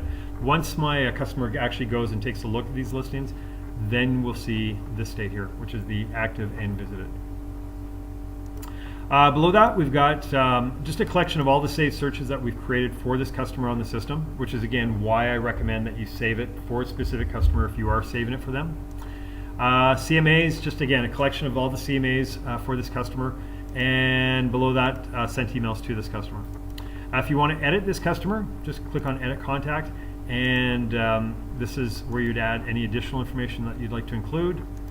And if you want to add a brand new contact to the system, just come back down here, click on Add, and then there's the first name, the last name, and the email address. In fact, you can actually add multiple email addresses, up to 5 email addresses separated with a comma. So email, comma, email, comma, email, comma, and that would be like maybe a husband and wife, right? That each want to receive correspondence at the same time. We are bringing over your contacts from your previous system as well. So they're going to be there. If you want to import contacts maybe from a different program, we have a little import button down here. You're just going to import a CSV file, and that will import your contacts into Matrix. Okay, so that's contacts. The next section I want to cover is the settings section. The settings section is where you're going to come in and you're going to set your contact information or any type of information that you'd like prospects or clients to see on the system. So this is the first thing that you should do if you haven't done this already in the system. This is the first thing that you should do next time that you log in, or the first time that you log in the system, is set My Information. So again, underneath My Matrix, go to Settings, and then go to My Information. So all of this information that you see here, this information was brought over from your roster. If you see information here that's incorrect, what you need to do is get in touch with the MLS and let them know so that they can update it on the roster. But you'll also need to update it on the Matrix system as well. This is the information this is the main page that we use, that we pull from whenever we create something else in the system for you. So I'll refer back to this later, but you want to make sure that all of this is correct and up to date. Next section over, header and footer section. So this is what you're going to see. So the first time that you access this, you will see a list of different themes that you can use. So you can go through and select whatever theme that you want to use. So let's say, for example, if you're a golfer, maybe you want to use a golf theme, and then just again, just scroll down to the bottom here and preview that. So this is what's going to appear at the top of your printed material or your client portal. The portal that we saw up here. So any any theme that you want to use, select from there, but you don't actually have to keep the image. If you want to add your own image, your own custom image, just click on this, and that's going to add that to the background. So if you have your own logos, for example, or maybe your business, shot of your business or whatever, you'd like to use that, just make sure it's in 1600 by 120 pixels. Different color options. If you want to use a photo, no photo. If you want to change your contact information up there, all of this information here, again, is pulled from the information tab. So that's why you want to make sure your information tab is correct. Down below here, this is your footer. So again, if you want to use a footer on your printed material, this is where you would select that. And again, choose which information that you want to include. CMA Cover Sheet. So again, you're going to watch the CMA video. On the CMA video, you're going to see that you have the option of adding a cover sheet for your outgoing message or your outgoing CMAs. This is just where you'll set your default cover sheet information. So if you do want to set default information that you'd like to appear on all of your CMAs going forward, just set it in this section here. I should also mention as well that when you do set this default information, you do have the option of changing that per CMA. So if you do want to create a CMA down the road and you don't want to use this information, then you can change it on that one CMA. This is just setting your starting point, your starting default. So set it here, and then again, you can change it per CMA if you'd like. Next section over, this is our email signature, and you probably recognize that from this. Right, so this is what's going to go on all of your outgoing messages from Matrix. We can upload a image from the system, or we can add links if we want. So website links or email links. The portal profile section. So this is the section where I showed you earlier. You have the option of adding any type of contact information or information about yourself as the agent. Just here on the back page. This is the photo that I just showed, and portal greeting, if you'd like to include that. I don't have any active listings, but if I did, I could add my active listings here. And this is a video from YouTube, if you'd like to include that. And then finally, contact information. Right? So again, this contact information is pulled from this tab, so you want to make sure that that's correct. I'll save that, and I'll show you what that looks like now with my listings. Now again, I don't have any active listings, but if you had active listings, they'd appear here. Going back to my settings, underneath that we see speedbar shortcuts. So if you remember, we created a custom speedbar shortcut earlier on, and we called it London, right? This is where you would see all of your custom speedbar shortcuts that you've created.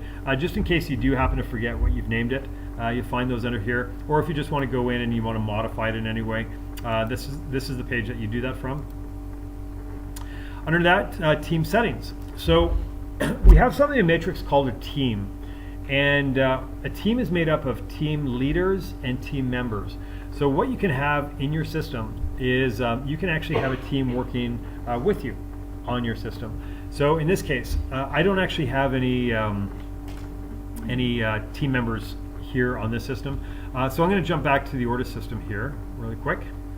And I'm going to show you how to set up a team. It's very, very simple to do. So you're going to go into the team functionality, and you're just going to click to create a team. Now in this little text box, you're just going to add the username of the member that you'd like to invite onto your team. So you're the team leader.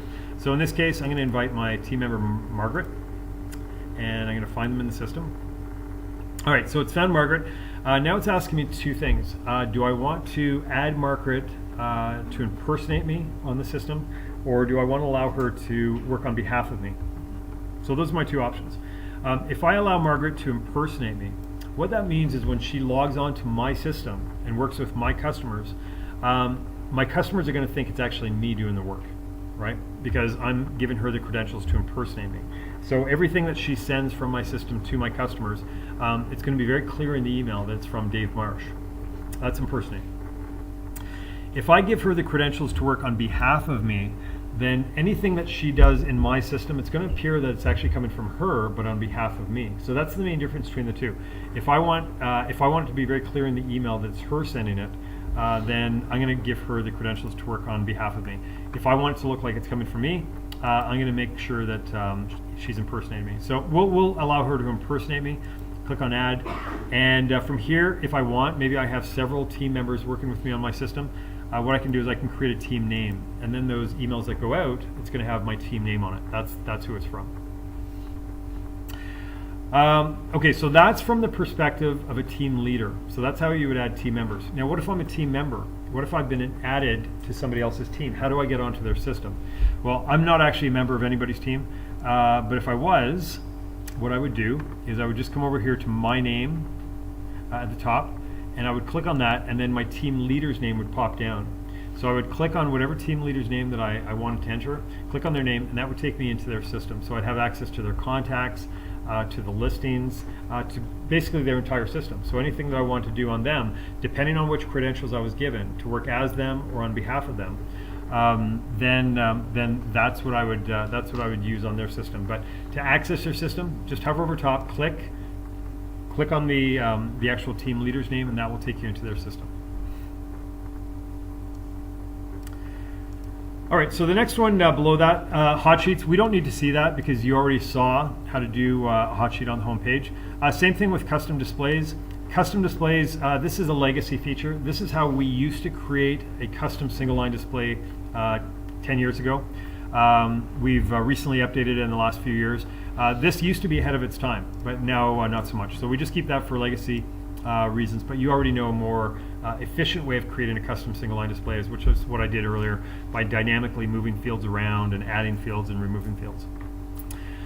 Custom exports. So this is a feature that I mentioned earlier. If you do want to create an export in the system, you have those default export options. But if you wanted to export some very specific information from your listings, the system's default exports may not have that information. So this is where you can come and create your own custom export. So I'll create one really quickly for you. Very, very simple to do.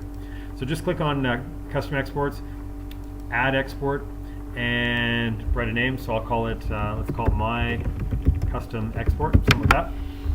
And then just simply include which fields that you actually want to pull from the listing. So in this case, we're going to pull the, let's say the MLS number. And let's say, how about the street number? Street suffix, and how about street name, something like that. And let's do the, we'll do bedrooms, and let's do bathrooms.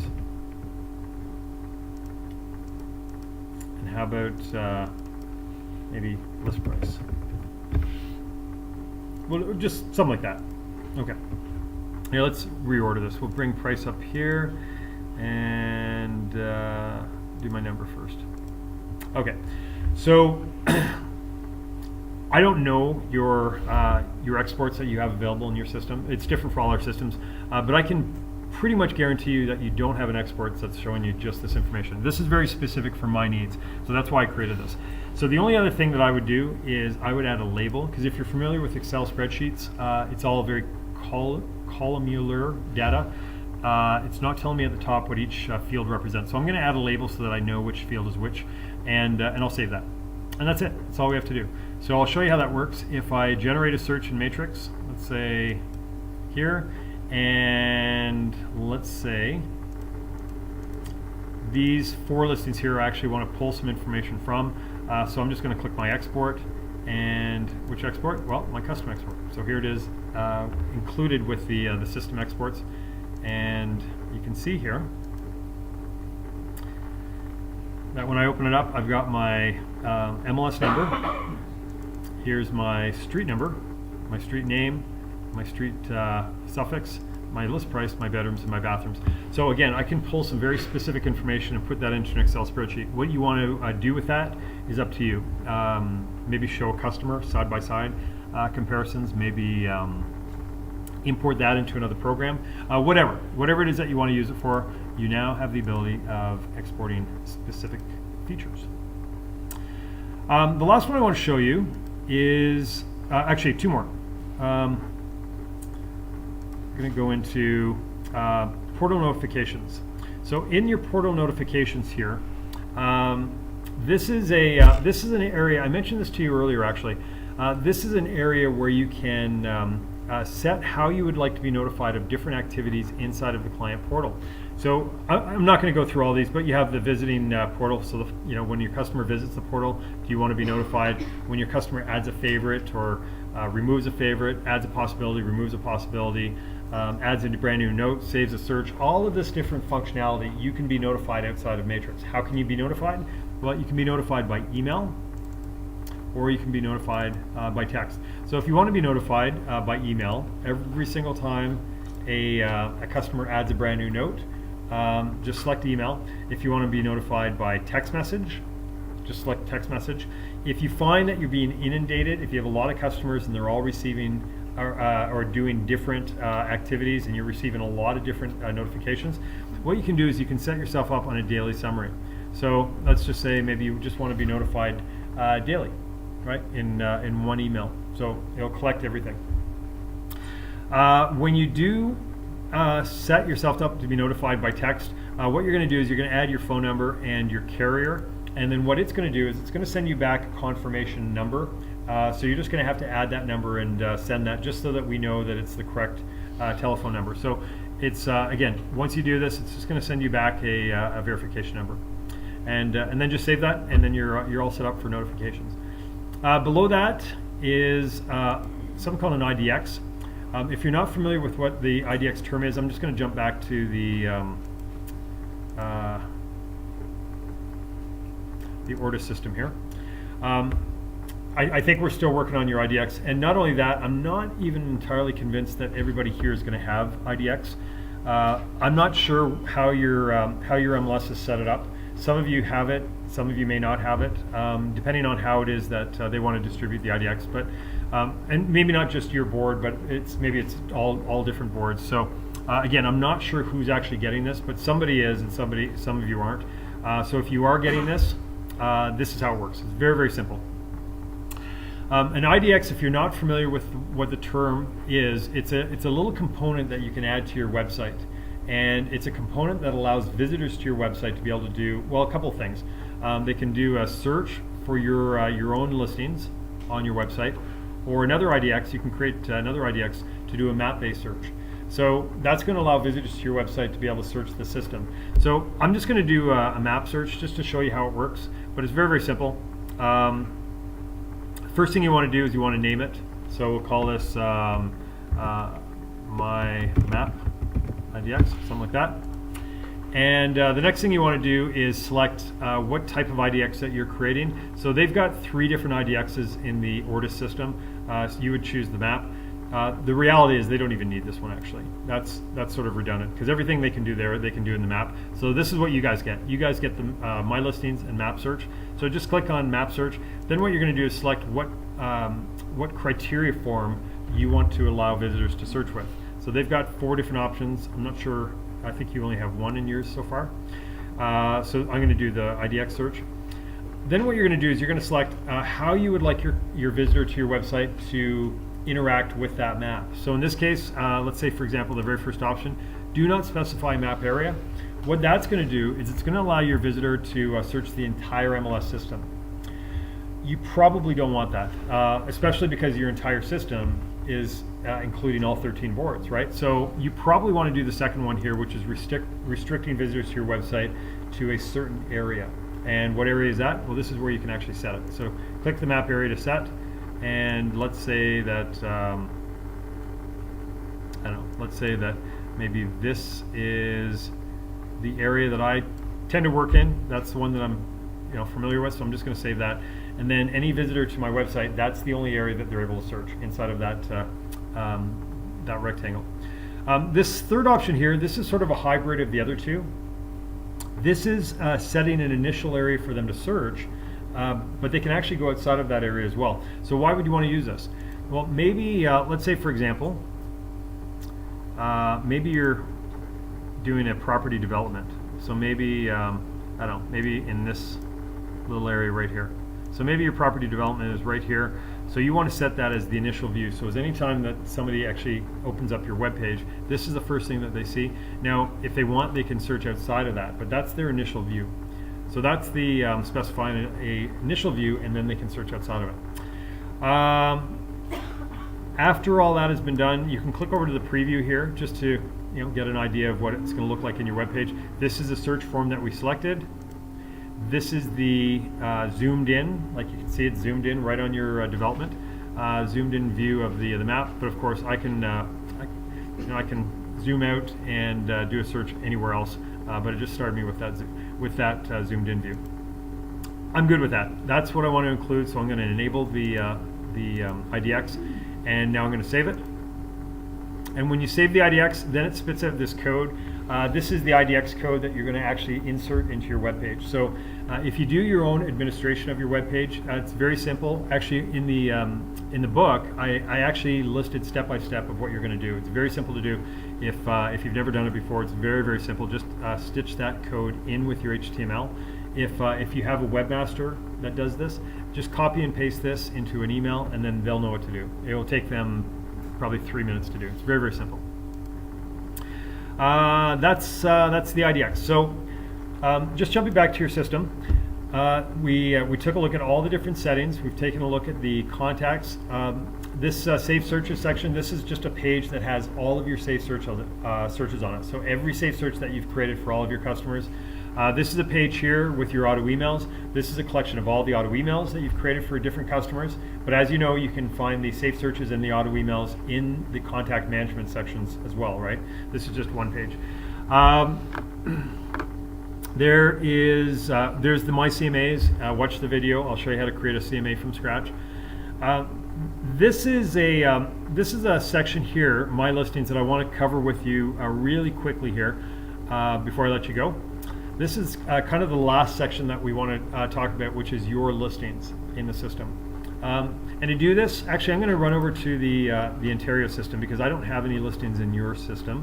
So let me just pull up.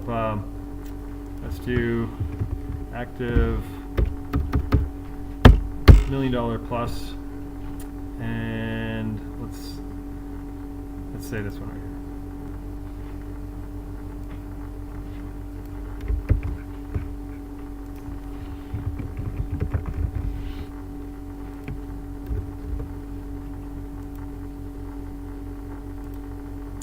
All right, so now I'll be Joe. So I'm going to go into Joe's listings. So here we have 5 listings for Joe.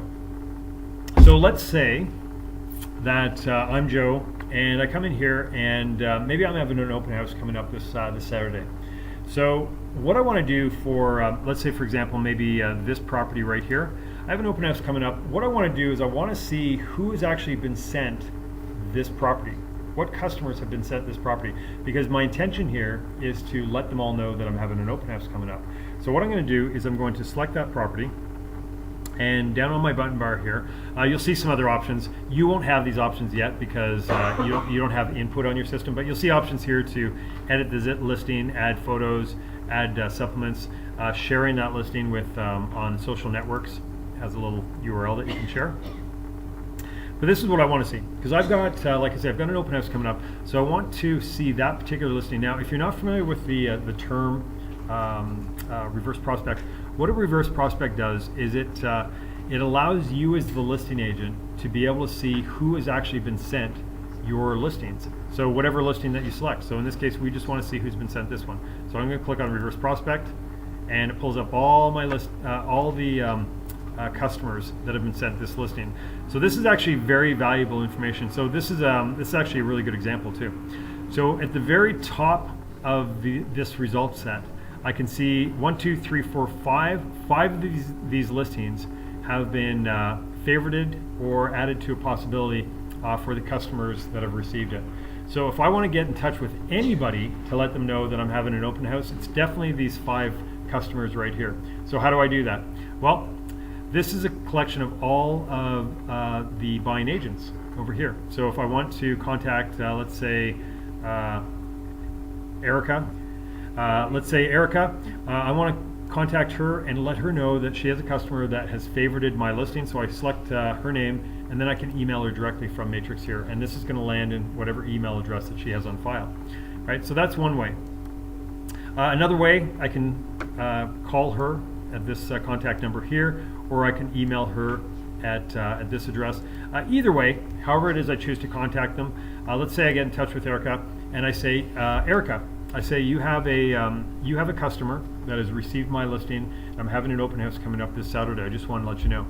And I say, you know, they received it on August 4th, or sorry, would that be August? Yeah, August 4th, 2017. So there's the receive date, and it was just one of 584 other listings that they've received. So then Erica says, okay, great. Says great. What's their name? And you say, well, I don't have their name, but what I do have is their reference number. So this is the reference number because we don't give the names of the customers that have received the listings. We just give a reference number. So we don't know who it is exactly, but we do have the reference number. So this is the reference number that Erica is going to have to find in her contacts. So that's how we would communicate this to Erica. So we would go through our list and again share that same logic with all these different agents. So that's from a listing agent to a buying agent's perspective. That's how we would communicate who's actually been sent the listing. Now what I want to do is I want to switch gears a bit. Now I want to be Erica. So I'm going to be Erica, and let's jump out of that. So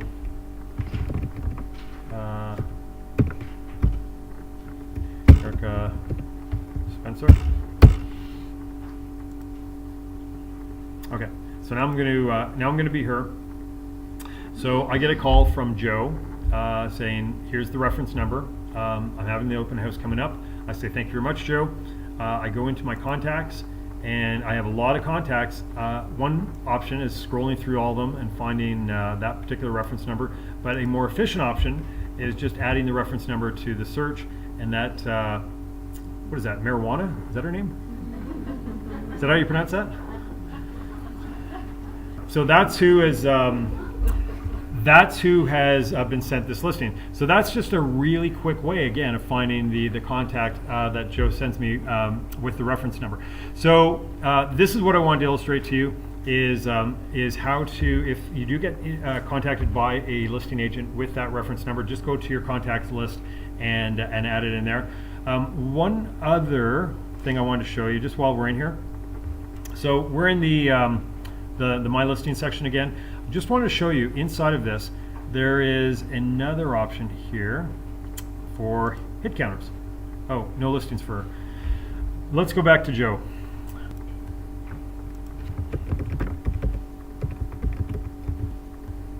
Just because I know he has some listings. So let's go back to him.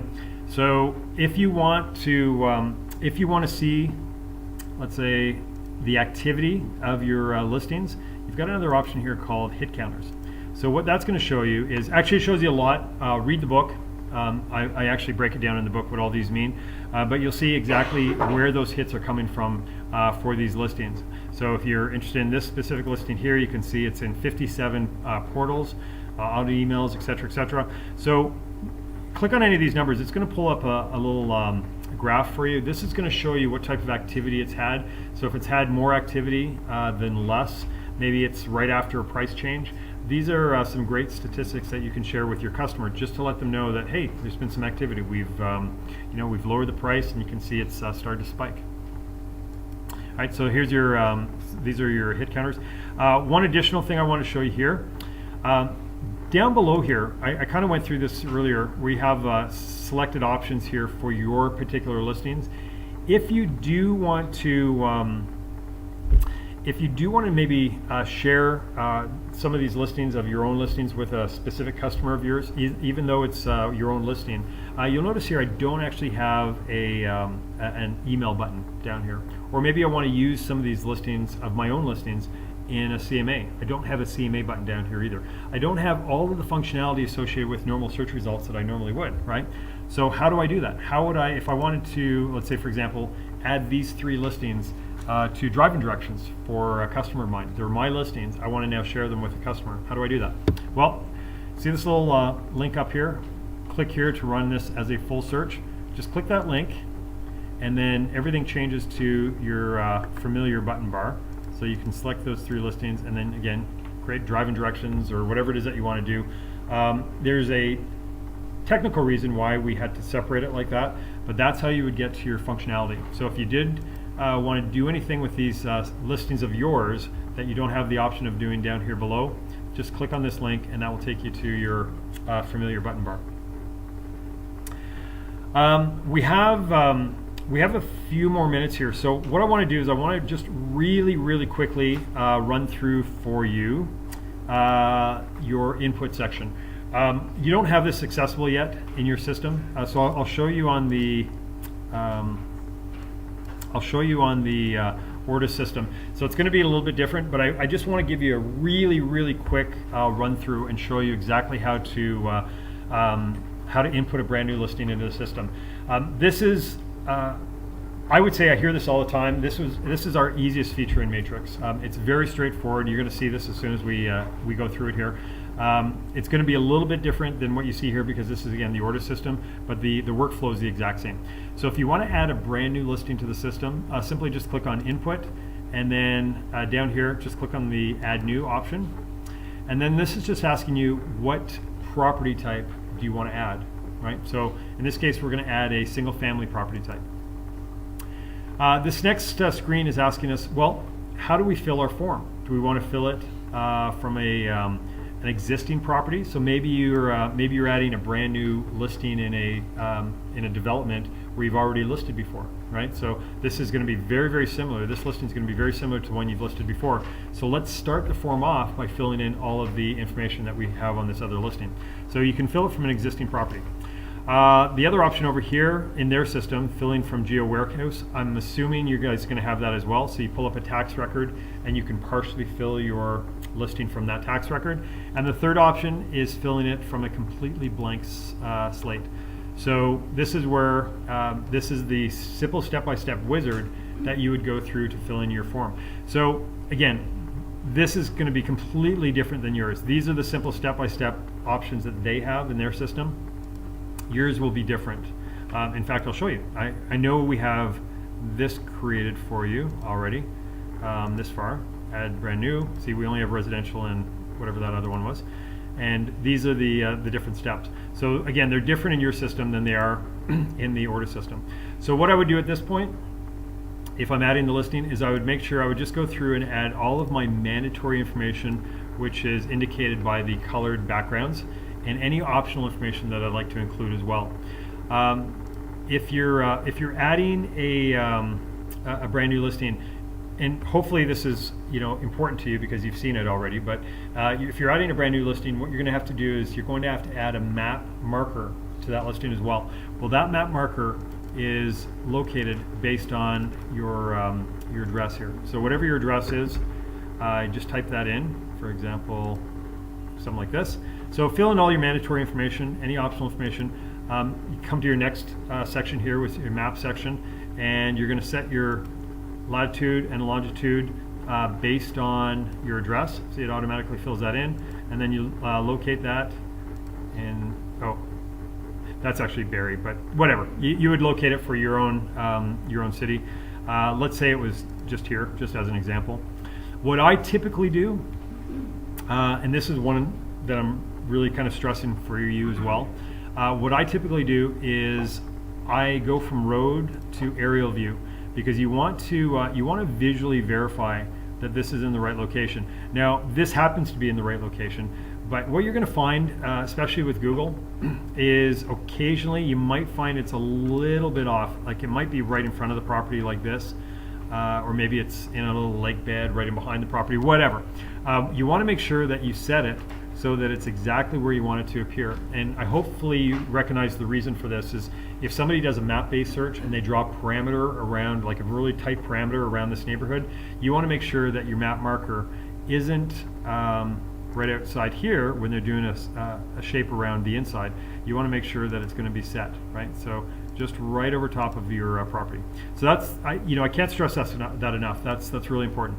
So once that's done, you just select that. And the second step, as you know, you're going to have the Google Street View, and this is important. Come in here and make sure that your Google Street View is set as well. So this is actually a really good example. See how Google Street View, their default isn't on that particular property, right? It's a street view, right? So what you're going to have to do is you're going to have to set it so it's exactly as you want it to appear. So if it's something like this, or you know, whatever you think is best for that property. So maybe it's that. All right, and that way the buying agent is going to see the correct view when they pull it up on their listing.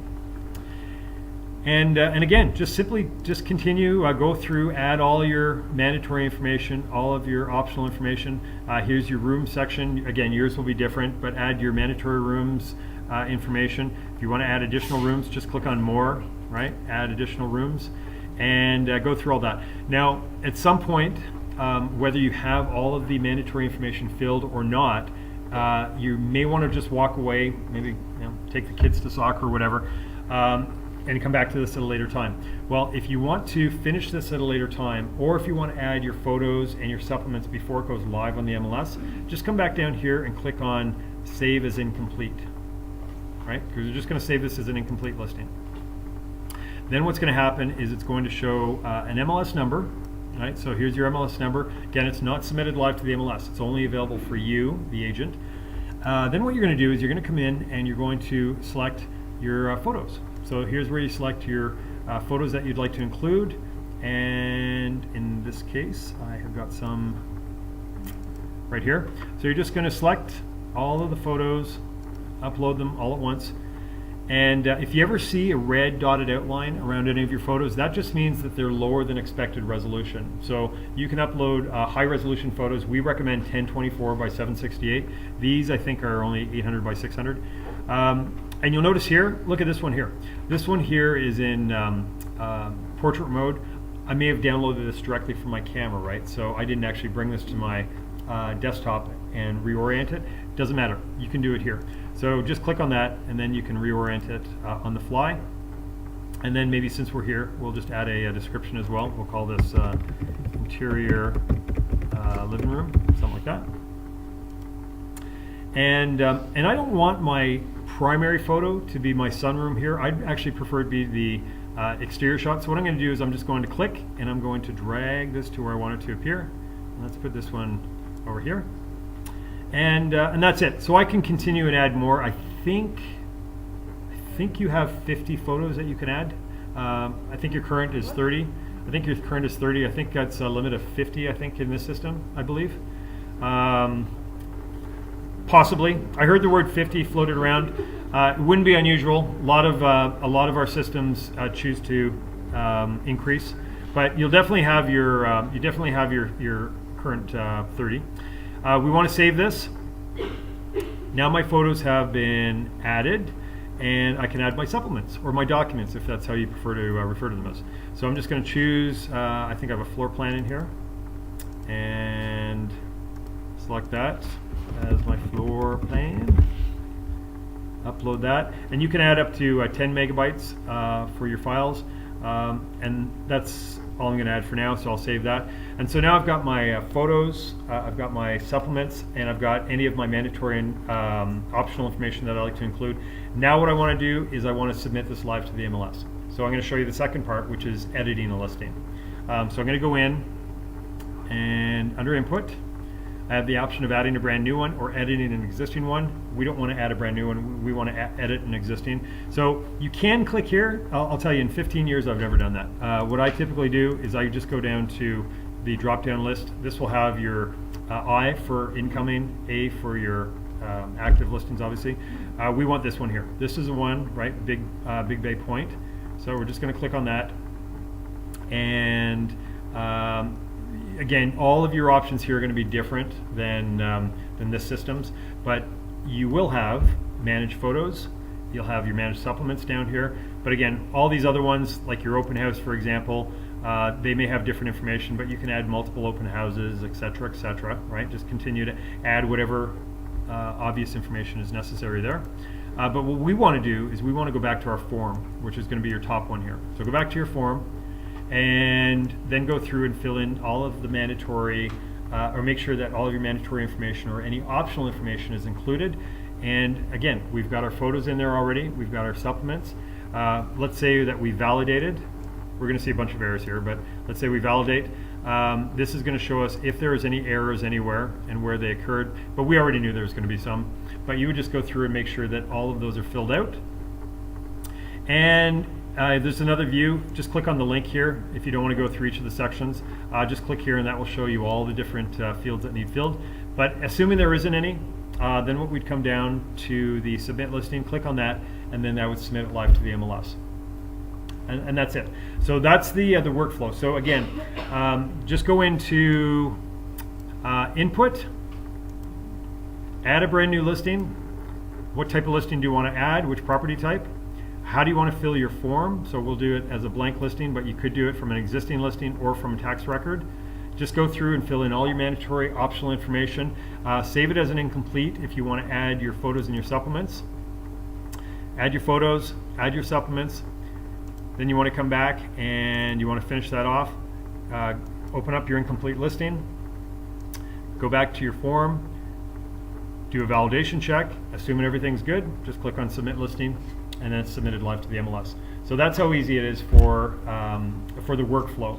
But again, we're going to be posting this video and you'll have access to this. So if you forget how to do that, you remember it was easy, but you've forgotten what I've actually done, just refer back to the video and we'll make sure that, you can get through it easily enough. Okay, so we're at 4 o'clock. Thank you very much for coming in, everybody. You did great. Feel free to come up and ask me if you have any questions. Keep your agenda. That's going to save you and show you exactly where to find the information that we've gone through in the system. Thank you very much, everybody.